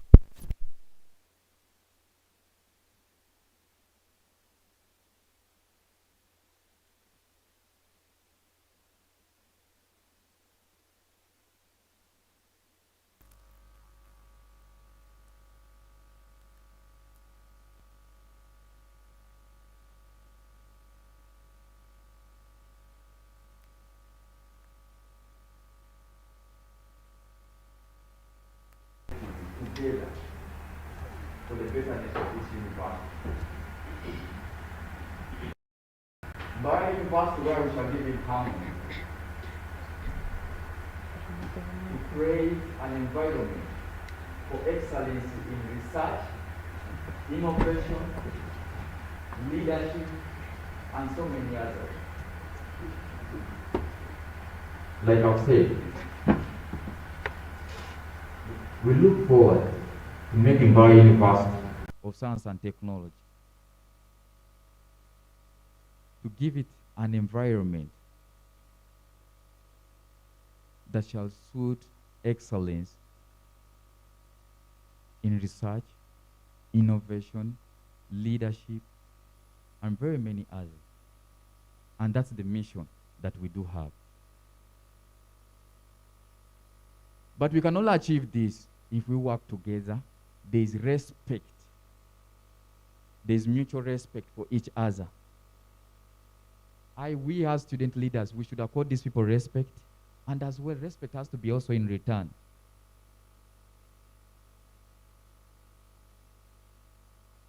Appreciation of the different needs of the stakeholders that we have in the university. It's not only the management that we have. We students, yes, it's true, we happen to be the biggest stakeholders in this university. But there also has a different stakeholders, the service providers, the different people that you'll never see when if you're not in the lecture rooms, and so many others. I really intended not to take much of your time, but I think I'll speak much more in the coming events, but to the management. The request that I made, I kindly think maybe even if it needs divine intervention. Because honestly speaking, losing more than 40-something students is very understandable.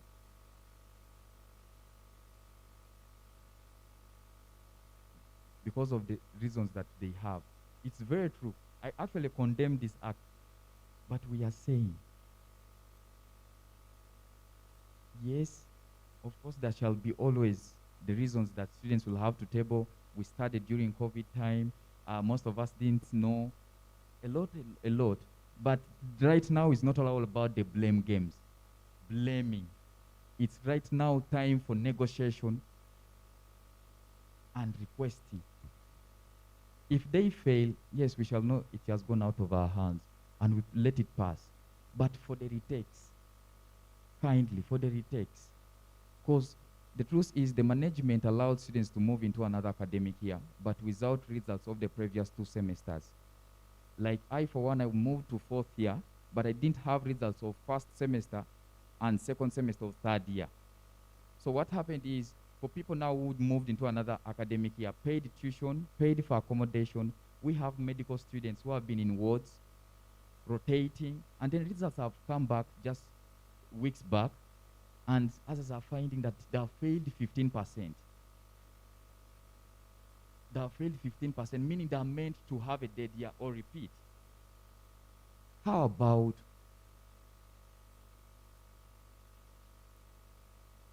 it's time factor? So, thank you very much. Thank you. I'll appreciate you. Have a good evening.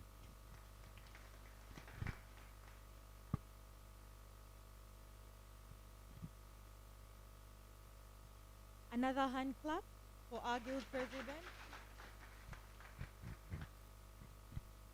Yes, because of the time factor, we are going to have just one more person speaking to us. So I'm kindly requesting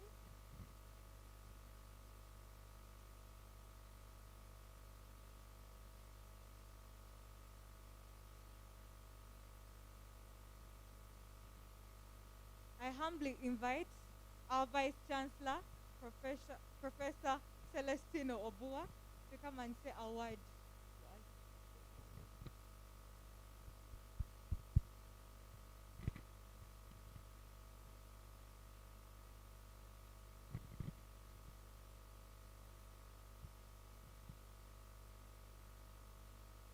Right Honorable Speaker, thank you so much for the invitation. I think before I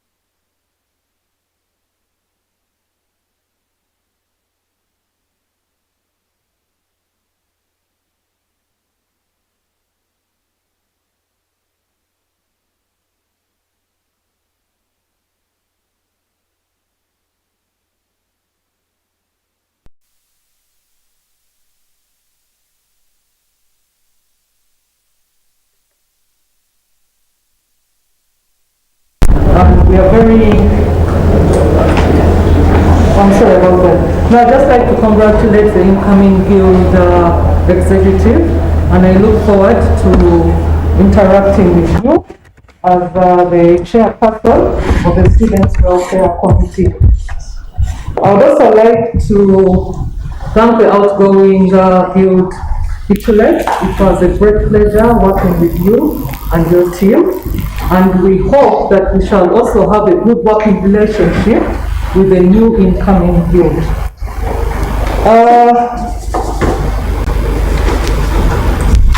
In regard to the request that was submitted by the incoming guild president regarding the students,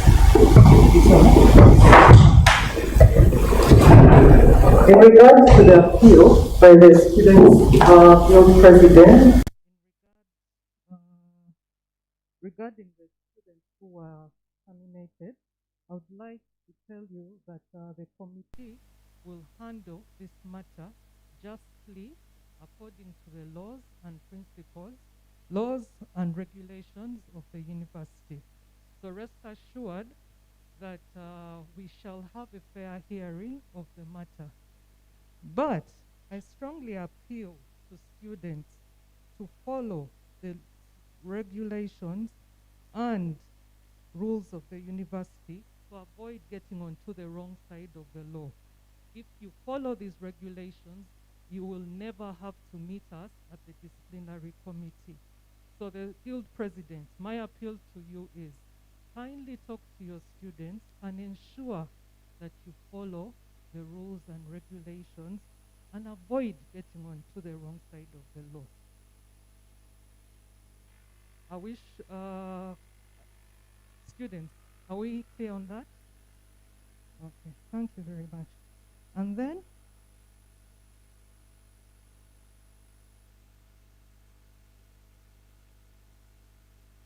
oh, sorry. I'm so sorry about this.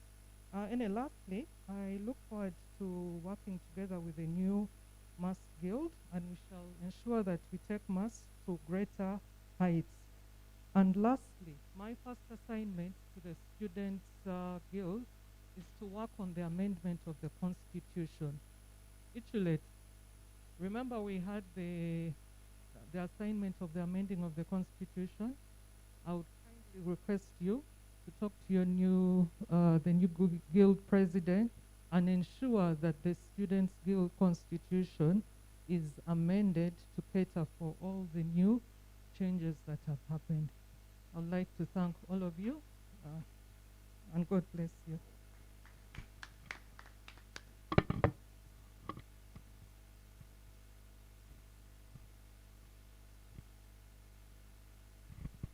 Thank you very much, Council Sarah, for your words of wisdom to our young leaders. The adage that the children of today are tomorrow's leaders is indeed real, because I'm a leader today because I was a child one day. And I went through the ranks to become what I am today. I also take the opportunity to congratulate You're watching Your Excellency Justice Mujenyi and Your Excellency Vice President. I have not yet got all the names, but soon we'll get all the names. All the executive, the GRCs, and of course, your voters, the constituents that you represent. I congratulate them as well. I congratulate the former guild president, Mariam Immaculate, Immaculate Mariam, for the excellent work that you did at a very difficult time. Guild president, that was a president when the student body are not on campus for almost 2 years. Was not an easy task to handle. With all your executive, Indeed, you did a remarkable job. As the head of this institution, I can but only congratulate you and thank you for not refusing to take my calls, the very many calls that I've made to you. And I ask your incoming guild president to take my calls because he did not take my call this morning, although it rang.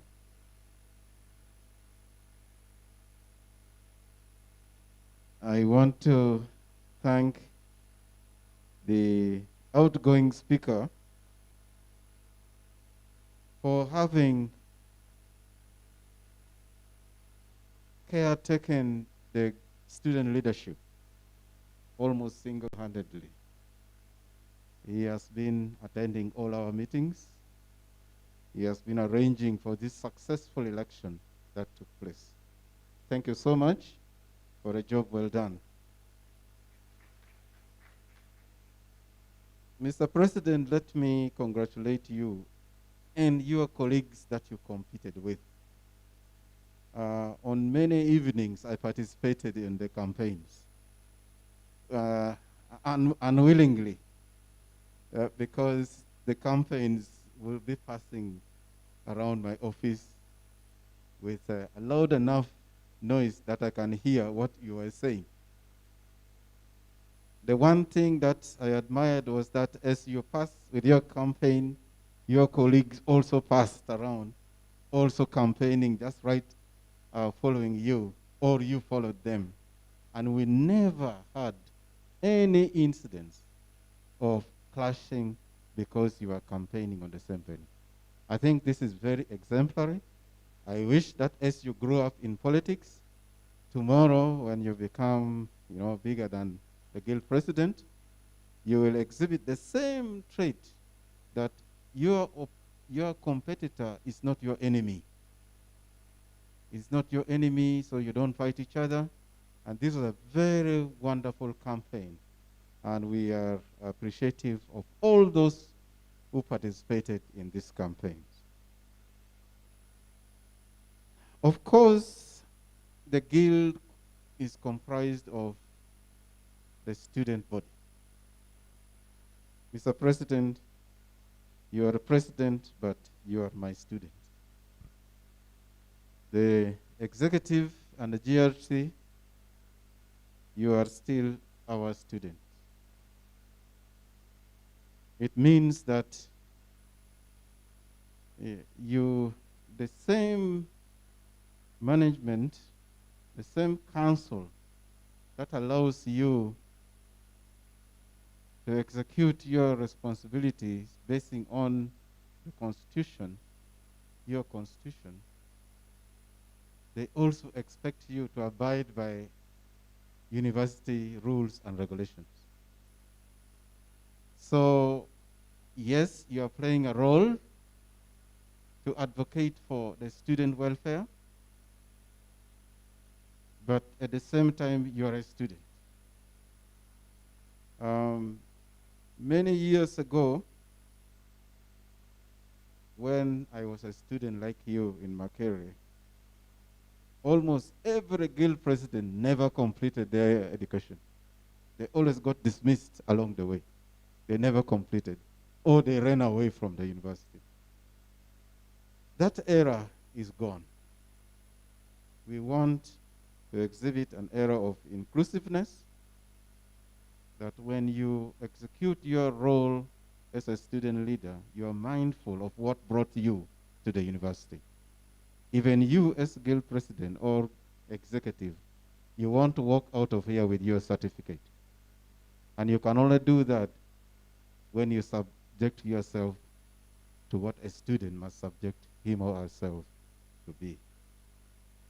So just like Council Sarah said, when you don't put yourself to the wrong side of the law, you will always be a good student. Don't wait to do something wrong, then you begin to plead for leniency. I never wanted to talk about the dismissal or the discontinuation of the students today. But since you are president has talked about it. I want to give you a few points for consideration that will guide your thinking, your plea for leniency for these people tomorrow. First, I have been in this university now for 7 years, right? And throughout these 7 years, we have been handling cases of occasional exam malpractice. Your colleague here can tell you that. Occasional cases of here, one student, there, two, there, three, there. And you have never heard us discontinue a student. But that doesn't mean the vice was not there. The vice was there. But when the numbers begin to escalate, then something has to be done to stem it, to make sure you get to know it's not good to do that. We have always ruled out the exams that have been cheated. They go back and sit and pass with 90%. And this fellow who was cheated gets a first class, while you who have been straight do not get a pass.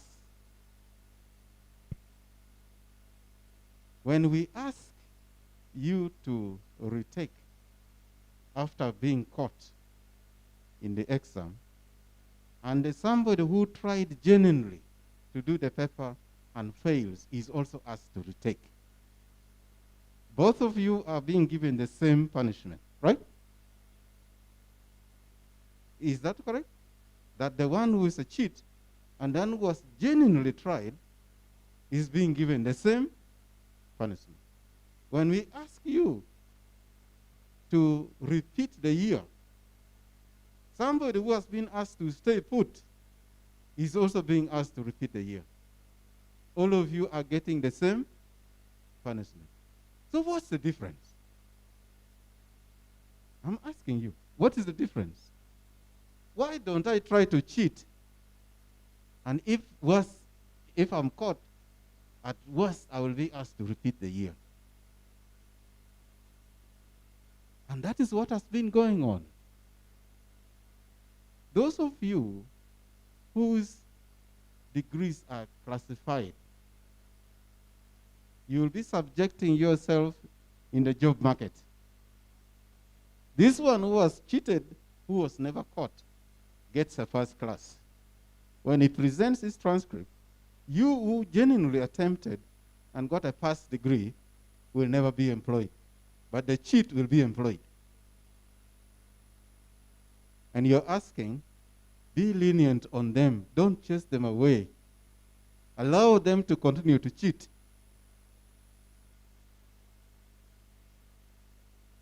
There is a category of you students who are complaining. Management is encouraging cheating. It came from you, students. Management is encouraging what? Cheating, because we give you a slap on the wrist. Go back and steal again. One of the people who has been discontinued is a repeat offender of cheating. Are you aware of that? He is a repeat offender of cheating, meaning even if he's caught again, he will just be told, you retake the paper. How many of you here are in the medical school doing medicine, MBCHB? How many of you? Put up your hands.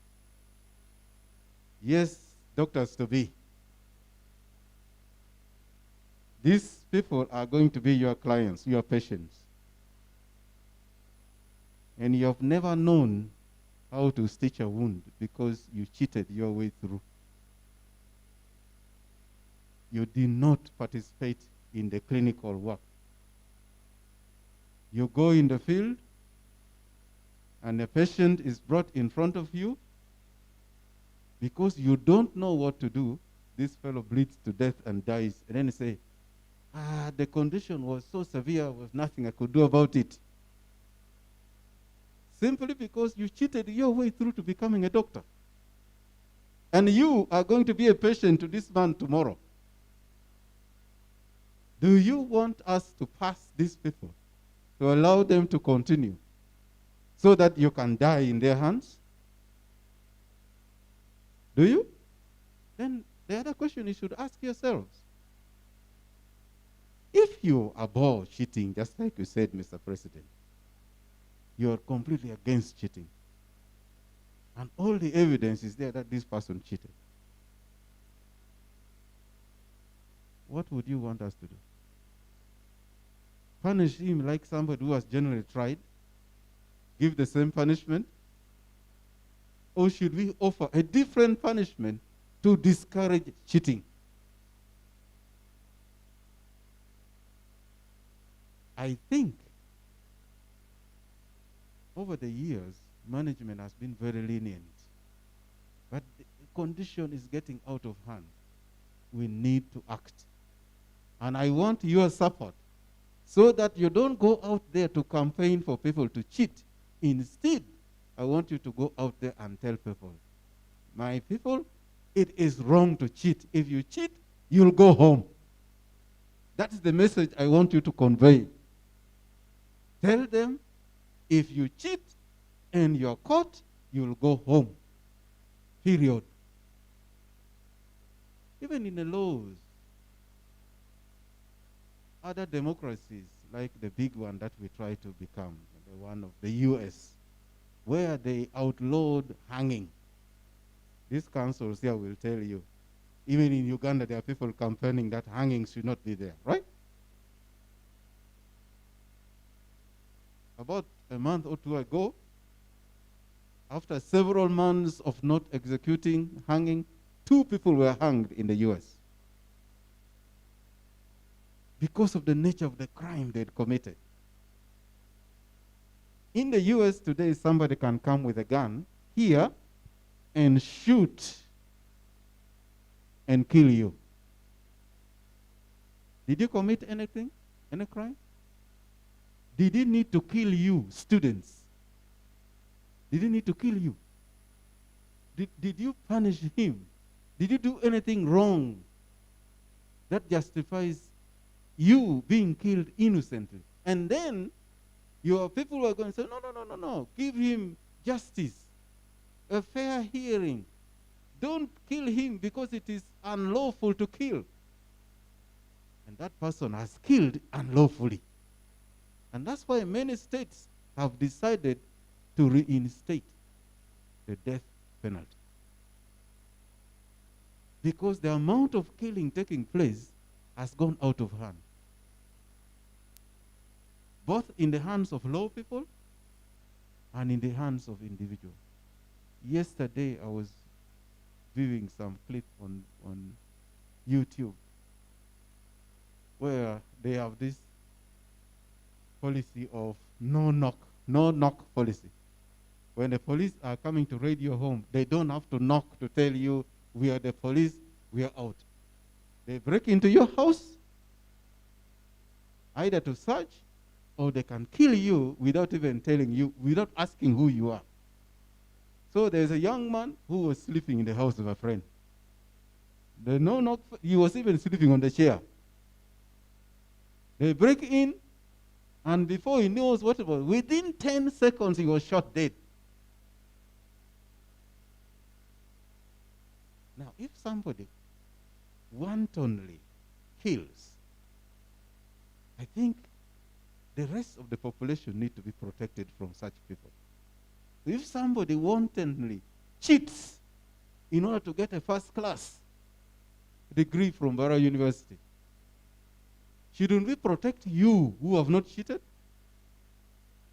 Are you happy to go in the job market and compete with this fellow who has cheated with a first-class degree and you going with your pass because you could afford only 50%, 60%?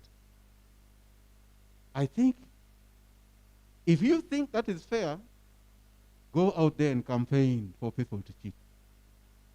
But if you think it is wrong, please go and tell your colleagues, the people who voted for you, if you cheat in Bara University, you will go home without a certificate. And I'm going to stake my life on that.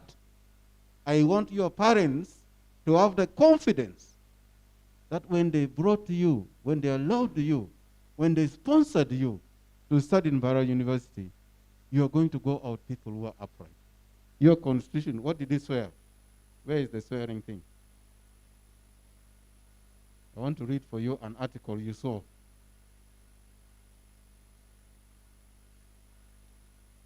To the best, with all honesty, best of your ability, abiding fully by the Constitution, so help you God.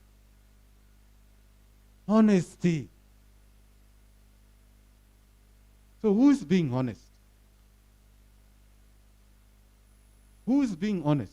When you tell me not to touch those people because they have cheated, are you being honest? We have followed all the process of fairness. We invited them to come for their hearing. They came for their hearing. There are those who refused to come, even when they were invited several times. And I know in this audience, there is somebody I invited to come to my office this morning who did not come. Somebody I invited. You come and we talk in my office with a letter picked from the office of the Dean of Students. Who did not come? I would want to say, if there was a reason for not coming, you would have sent a message. I cannot come because of A, B, C, D. Even if it is your little finger aching, you say, I cannot come because my finger is painful. At least that's the reason for not coming. So, the student leaders that have been elected, there are things that we must do as leaders of this university to protect you, to protect your integrity, to protect the integrity of this university. So that when you walk out of here and you show your papers, everybody will respect you. This is a student or a product of Bara University, we respect. And as I'm talking now, everybody out there respects students from Bara University. Everybody. You just go present your certificate. Where are you from? Bara University. You'll be employed there and then. For that simple reason. You have integrity. And we would like to maintain that.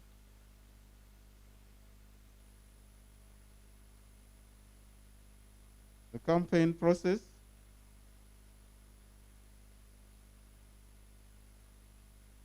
Yes, of course. Yes, council is telling me something. So, I was talking about the process that we have gone through handling these students.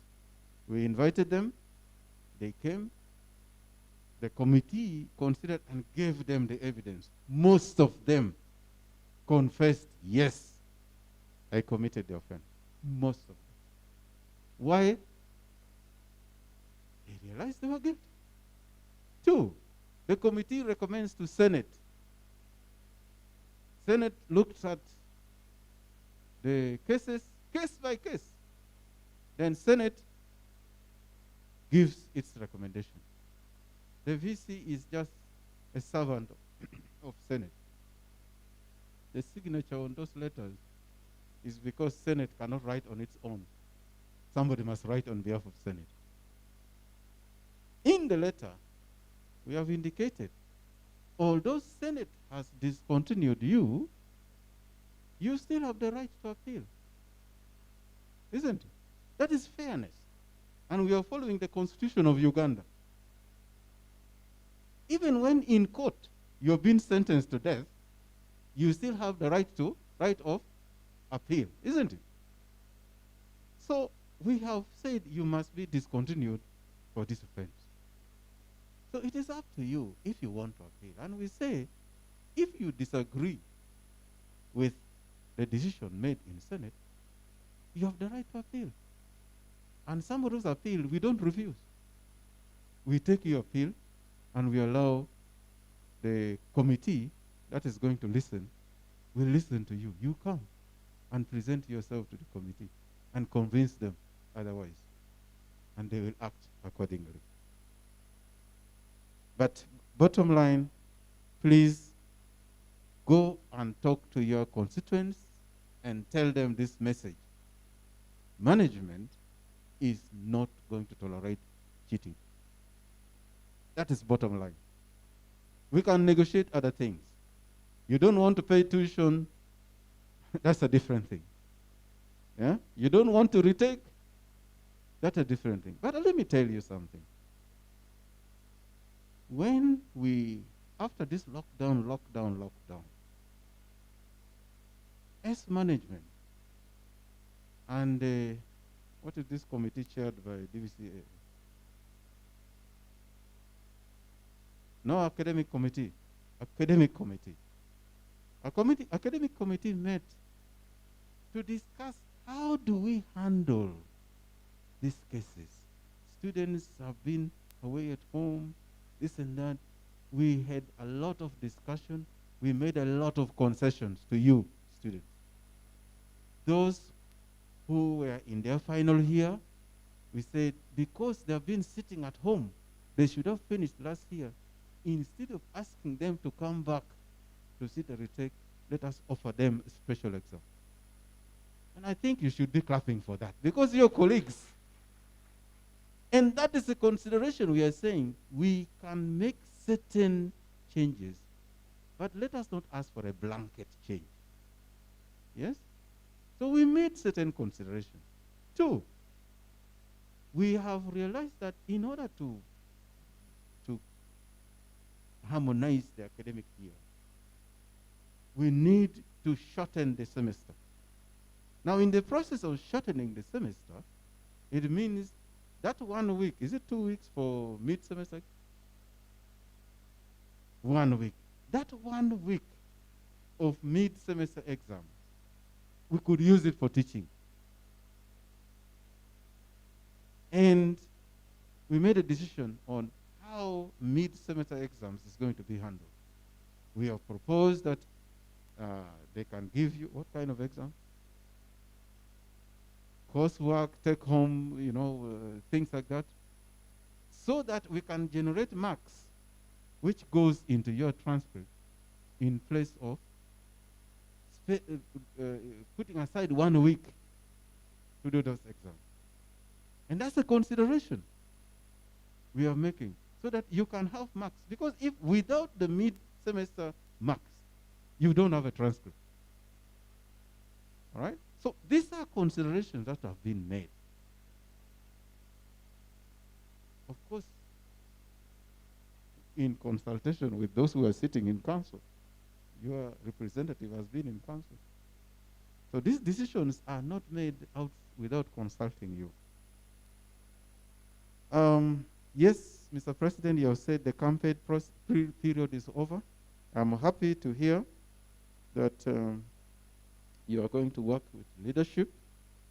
I'm very happy to hear that the campaign colors have been put aside, and now you are going to resume your role as a leader of the students, not the party, but of students. Because the university is a secular institution, we don't entertain parties. We don't. But if somebody is willing to sponsor you, you take their money. After you have been voted in, come and work with us. Like you have said, like your predecessors have done.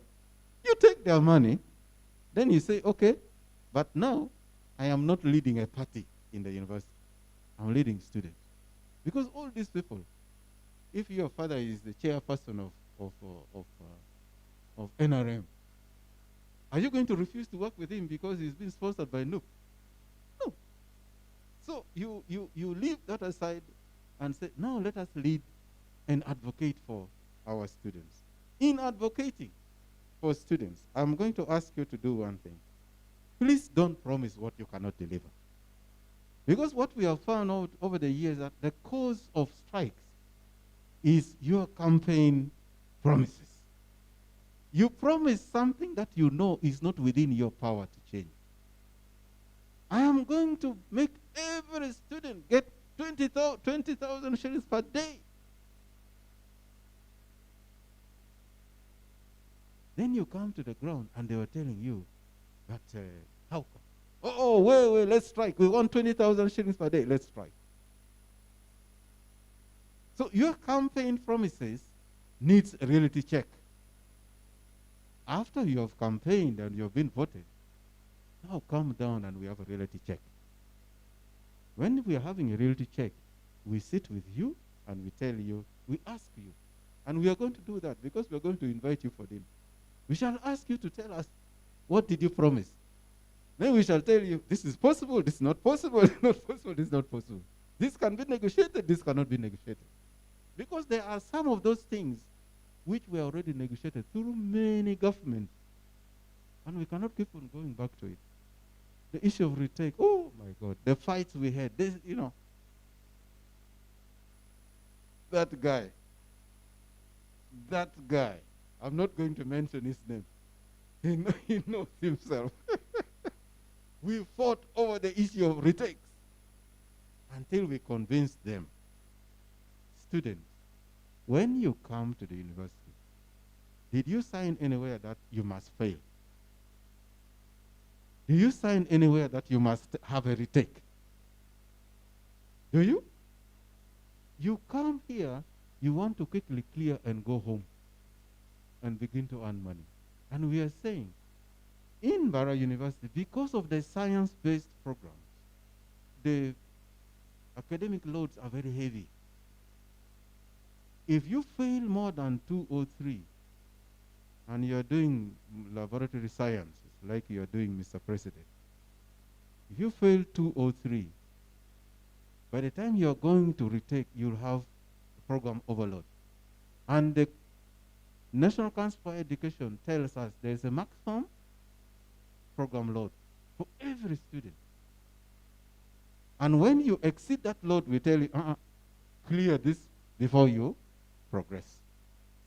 So the 15%, which is allowed for you to fail, by the way, you can fail 15%, but you repeat if you do that. So that went through a long process of negotiation. Finally, we agreed that actually the majority of students do very well. They get their 100%.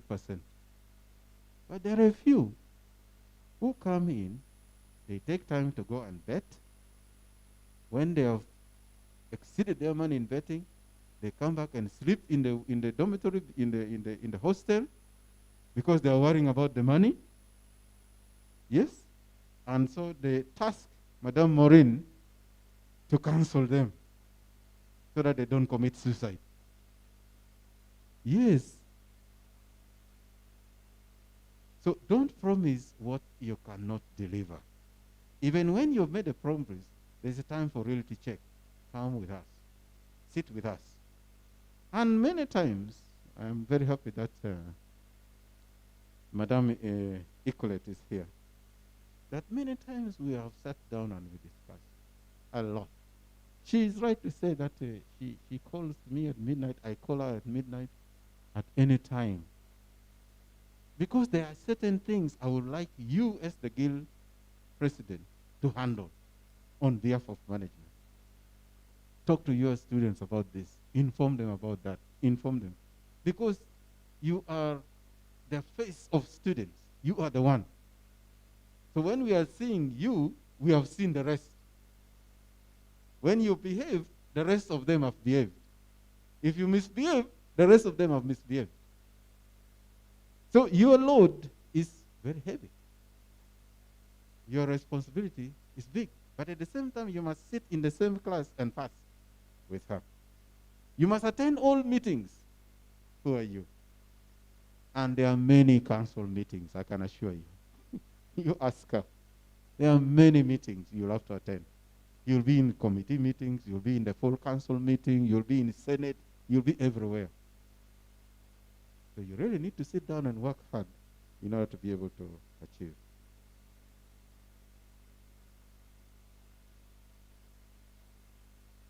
I have touched on the role of the guild in general. Now I'm not just addressing the president, all of you are leaders. Whether you're in the GRC, whether you're in executive, you have a big role to play so that this university remains peaceful. So in the last 2 governments, we have had peace in this university. Meaning, even if there were challenges, it did not result in students taking up stones and sticks and beginning to march so that they cannot draw the attention of the world that Mbara University is not a peaceful place. That responsibility squarely lands with you. How do you pass information to your constituents? There was a time when the guild leadership were not passing information to the students. They come, they talk a different thing to us, they go to the students and talk a different thing. So every now and then, there was always whistle blowing and branches and this and that and this and that. But I can say that in the last 2 governments, we did not have such a thing. So when I was talking about Muhumuza's government, now I can say Muhumuza and Ikulet's government were the best. Of course, I couldn't talk about Ikulet's government when she was still in place. You never know. She could have stumbled at the last minute and collapsed. But she maintained steadfast, worked with us, worked with council. And when you present your issues clearly in council, council listens to you. When you come and argue for the sake of students, you actually fail to present what you want. So give yourself opportunity to speak clearly without necessarily opposing what other council members. Because in council, we have those who are representing government, like Honorable Council Sarah. They are coming in to represent government. They have the eyes and the ears of government. And so what you are saying is you're saying it directly to government. So if you don't know how to present your position, be persuasive, but don't be argumentative. Yeah? You can persuade. You can present your case. And the members will listen to you. And actually, I can assure you that the current leadership in council, the chairperson and the deputy, are very good people. They will listen to you.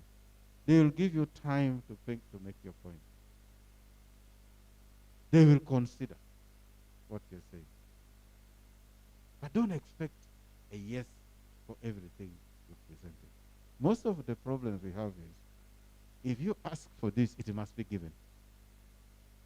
That's a challenge, because you have just said that even at home, what did you say? You must be nice? Although for girlfriend and things like that, that one I'm not sure. But even at home, when you want something, like those of you who are funded privately, you go and say, I don't have money anymore. I need money. Your parent might say, right now I don't have anything. You go, I'm going to look into it. When I get money, I will send. You don't throw tantrums. You don't hang yourself because the parent has said, I don't have money now. You listen and you understand the situation your parent is in. So we expect that you are going to be considerate to us, management and council, that not everything you ask will be given, but considerations can be made. We have been students. I'm standing speaking this language because I was a student. Otherwise, I would be speaking with you in my mother tongue. What was my mother tongue? Anyway, I would be speaking with you. Yeah, you know, some of us are born here, and you're born there. The mother is speaking the other language, the father is speaking the other language. But I am able to stand and speak in front of you because I was a pupil. I was a student in secondary. I was a student in university. So I understand the position you are in. And the current government, now I'm talking of the government of Uganda, the current government has allowed guild leadership to be in the act. Correct? Because at our time, guild was not in the act. No, the guild is in the act, allowed by the same government, but not to be abused.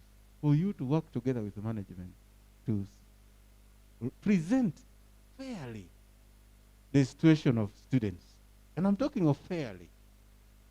Without your own agenda. There are those of you who come with your own agenda and say, students are doing this, students are this, when it is your own agenda. We would like you to present fairly what you have garnered from the leadership.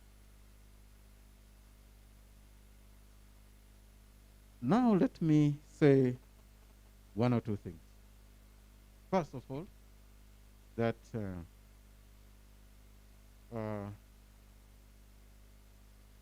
when we have seen our situation, financially, you will know that government has been saying they don't have money. I think you have been reading in the papers. There's no money. What we are saying is, because of priority. Didn't you say priority? This is a government of priorities. The mother government that we all serve is also saying it has its priorities. So there are certain things it has prioritized. There are certain things it has cut off. There are certain things they have said, yes, this can continue. So when we also look at our priorities, we normally organize an inaugural dinner for the incoming executive. And I'm going to talk to my accounting officer, the university secretary, to look for where we can raise some little money and call you, Mr. President, and your executive. We cannot call the all JRC because, you know, yeah. So we'll call you with your executive, and we sit and we talk. We talk. And when we talk, Ecolet will tell you that we are actually very candid when we are talking to you. You said you wanted the academic registrar. She will be there to talk with you. She talks to you like a mother, the mother she is. Yes? And for me, I'll tell you, guys, you students, I could not have asked for a better academic registrar. I couldn't. Whether you think she has refused to sort your problem or not, she's a very principled woman. Very principled, handles students very fairly. She's very responsive to students' problems. And that's why you will never hear anything about Mbarara University. Things to do with my marks has been changed. Yes?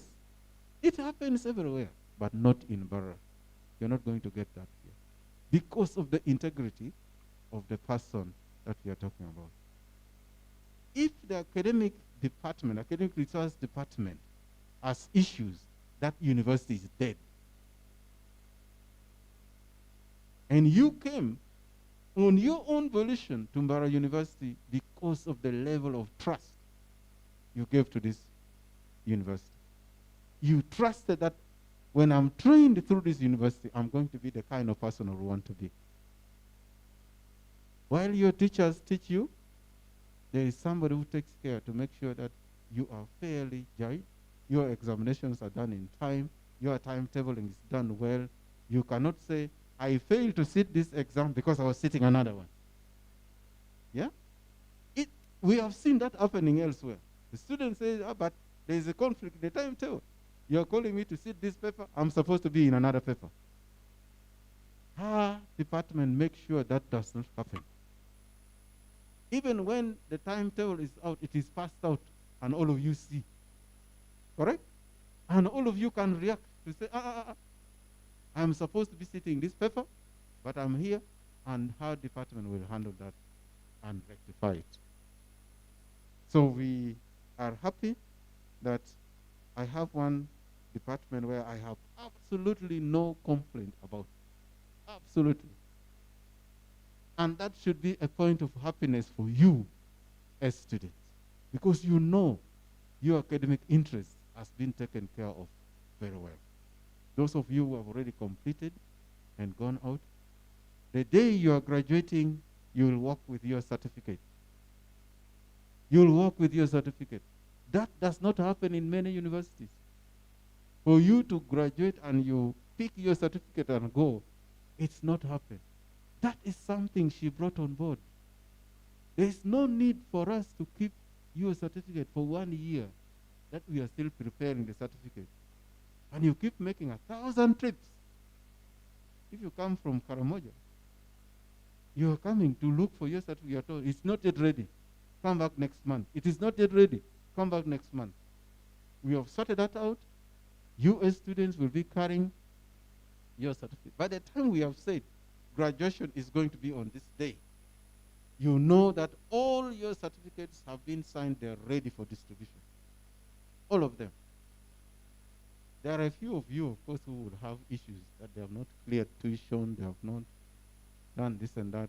So even if you have completed, your certificate may be kept on hold until you meet your dues in the university.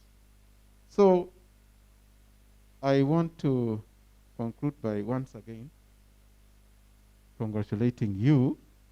I know some of you have walked to sit on the other side.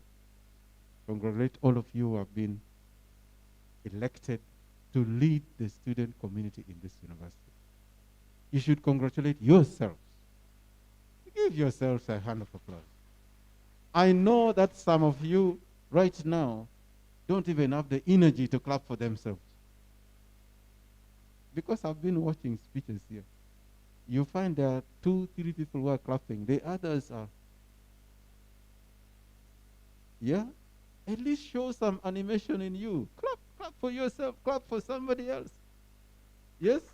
To show that indeed you have taken this responsibility because of your own interest, but because your interest is to serve the student community. So we congratulate you. We look forward to the opportunity to work with you to serve the students better. There are certain things that Equalate requested for us to do, and we have never done it for obvious reasons. Either we don't have the money, we don't have this, we don't have that, but we keep on trying. Where we have succeeded, we also expect the students to thank us. They say, management, thank you for doing this. Then it encourages us. It's not always give. We also want to take sometimes. Yeah? So that indeed we know we are stakeholders together. There is nobody who is pro and against. I keep on saying, if you are not seated there, I will not be here. Correct? Me, I will not be here if you are not there.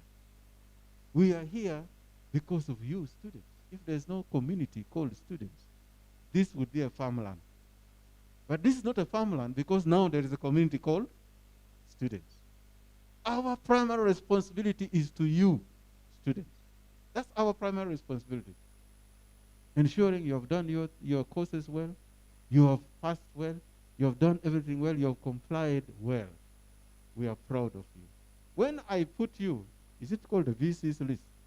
These people who have excelled. They're first class. When we recognize you during graduation, as this has been the best performers, we want to believe that indeed you were the best performers. And we are proud of that. We'll be proud of that. All right? So ensure that even though you're a leader, take time to study. Don't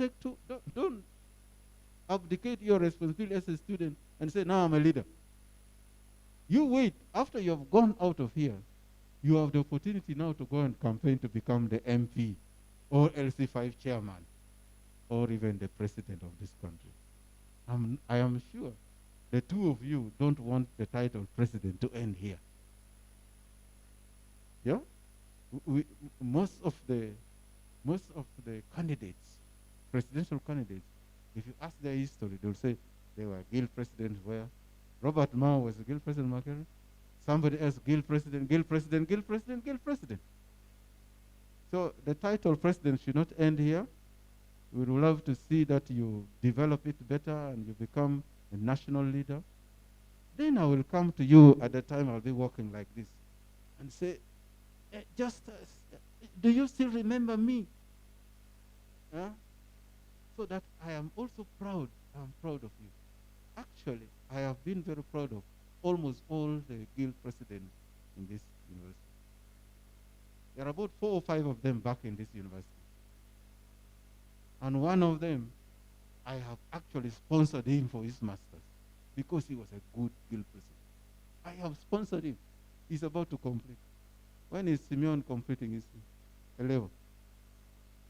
He must be finishing this year. Master's in pathology with money which I have looked for. When he came and said he wanted to do a master's, I said, you have been a good guild president, I'm going to fund you. Yes? So that is what I'm calling exemplary leadership. We recognize and appreciate your exemplary leadership. Ladies and gentlemen, isn't it true? Hey, he pulled me out of the meeting. And this meeting we were having was also concerned with rules and regulations of the university. So some of the things we were discussing were about policies that we as a university must have in place, some of which we expect you to contribute to, just like you have been reminded about your constitution. Because there are some gaps in your constitution. And any one of you can exploit those gaps in your constitution. So the moment you close those gaps, you make it solid, we're very sure that you become the best leaders in this university. I am sorry I've taken slightly longer than I would have expected to talk. I'd like to thank everybody, the Ecolate and your team, for the leadership and the service you gave to this university. I'm sure that somewhere along the line, we shall find a way of rewarding you, even if by a plaque only. We shall do that. For you who are coming, I look forward to working with you. Mr. President, please take my call when I call you, because now you'll see that missed number. That missed number, which I've been calling now for the last 2 days, is my number. And if there is any telephone number which everybody knows is my number, so I beg you to take my call. Then I know you're willing to work with me. Thank you. Have a pleasant evening.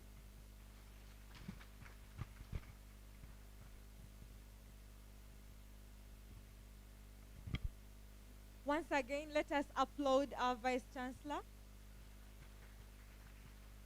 Thank you so much, Professor Celestino. I would like to invite the academic registrar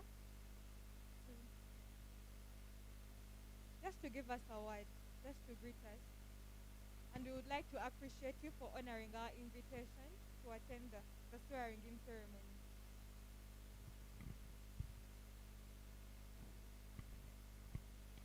Thank you very much, Madam Speaker.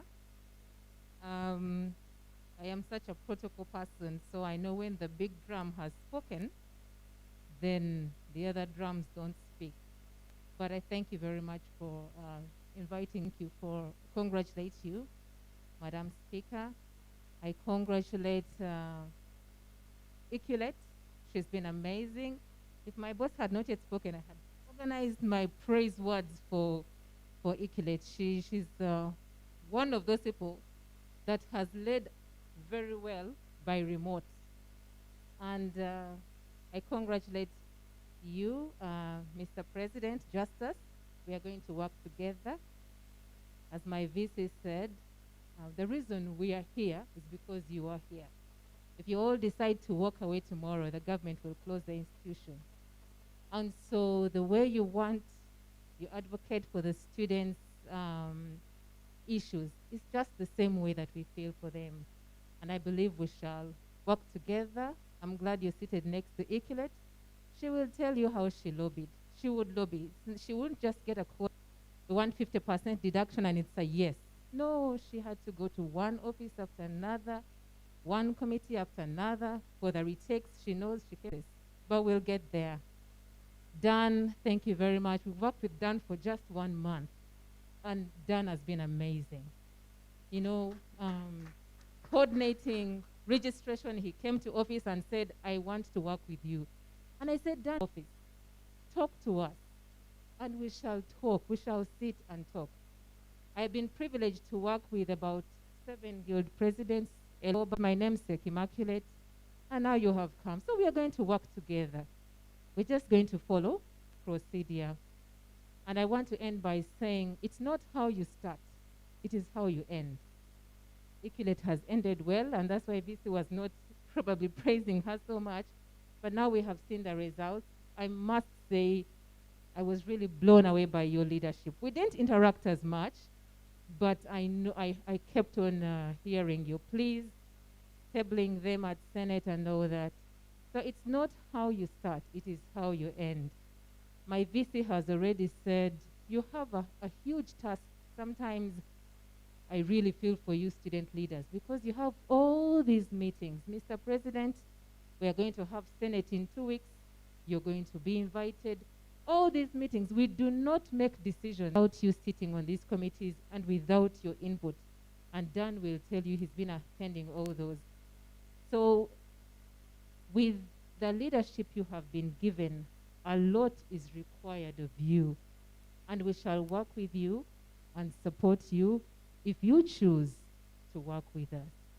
And I was seated next to my colleague, my sister, Deputy Dean of Students, and I was also asking her how she interacts with you. She says they also organize meetings with student leadership. So I believe that we are going to work together. And you know, Vice Chairperson of the University Council, Madam Sarah.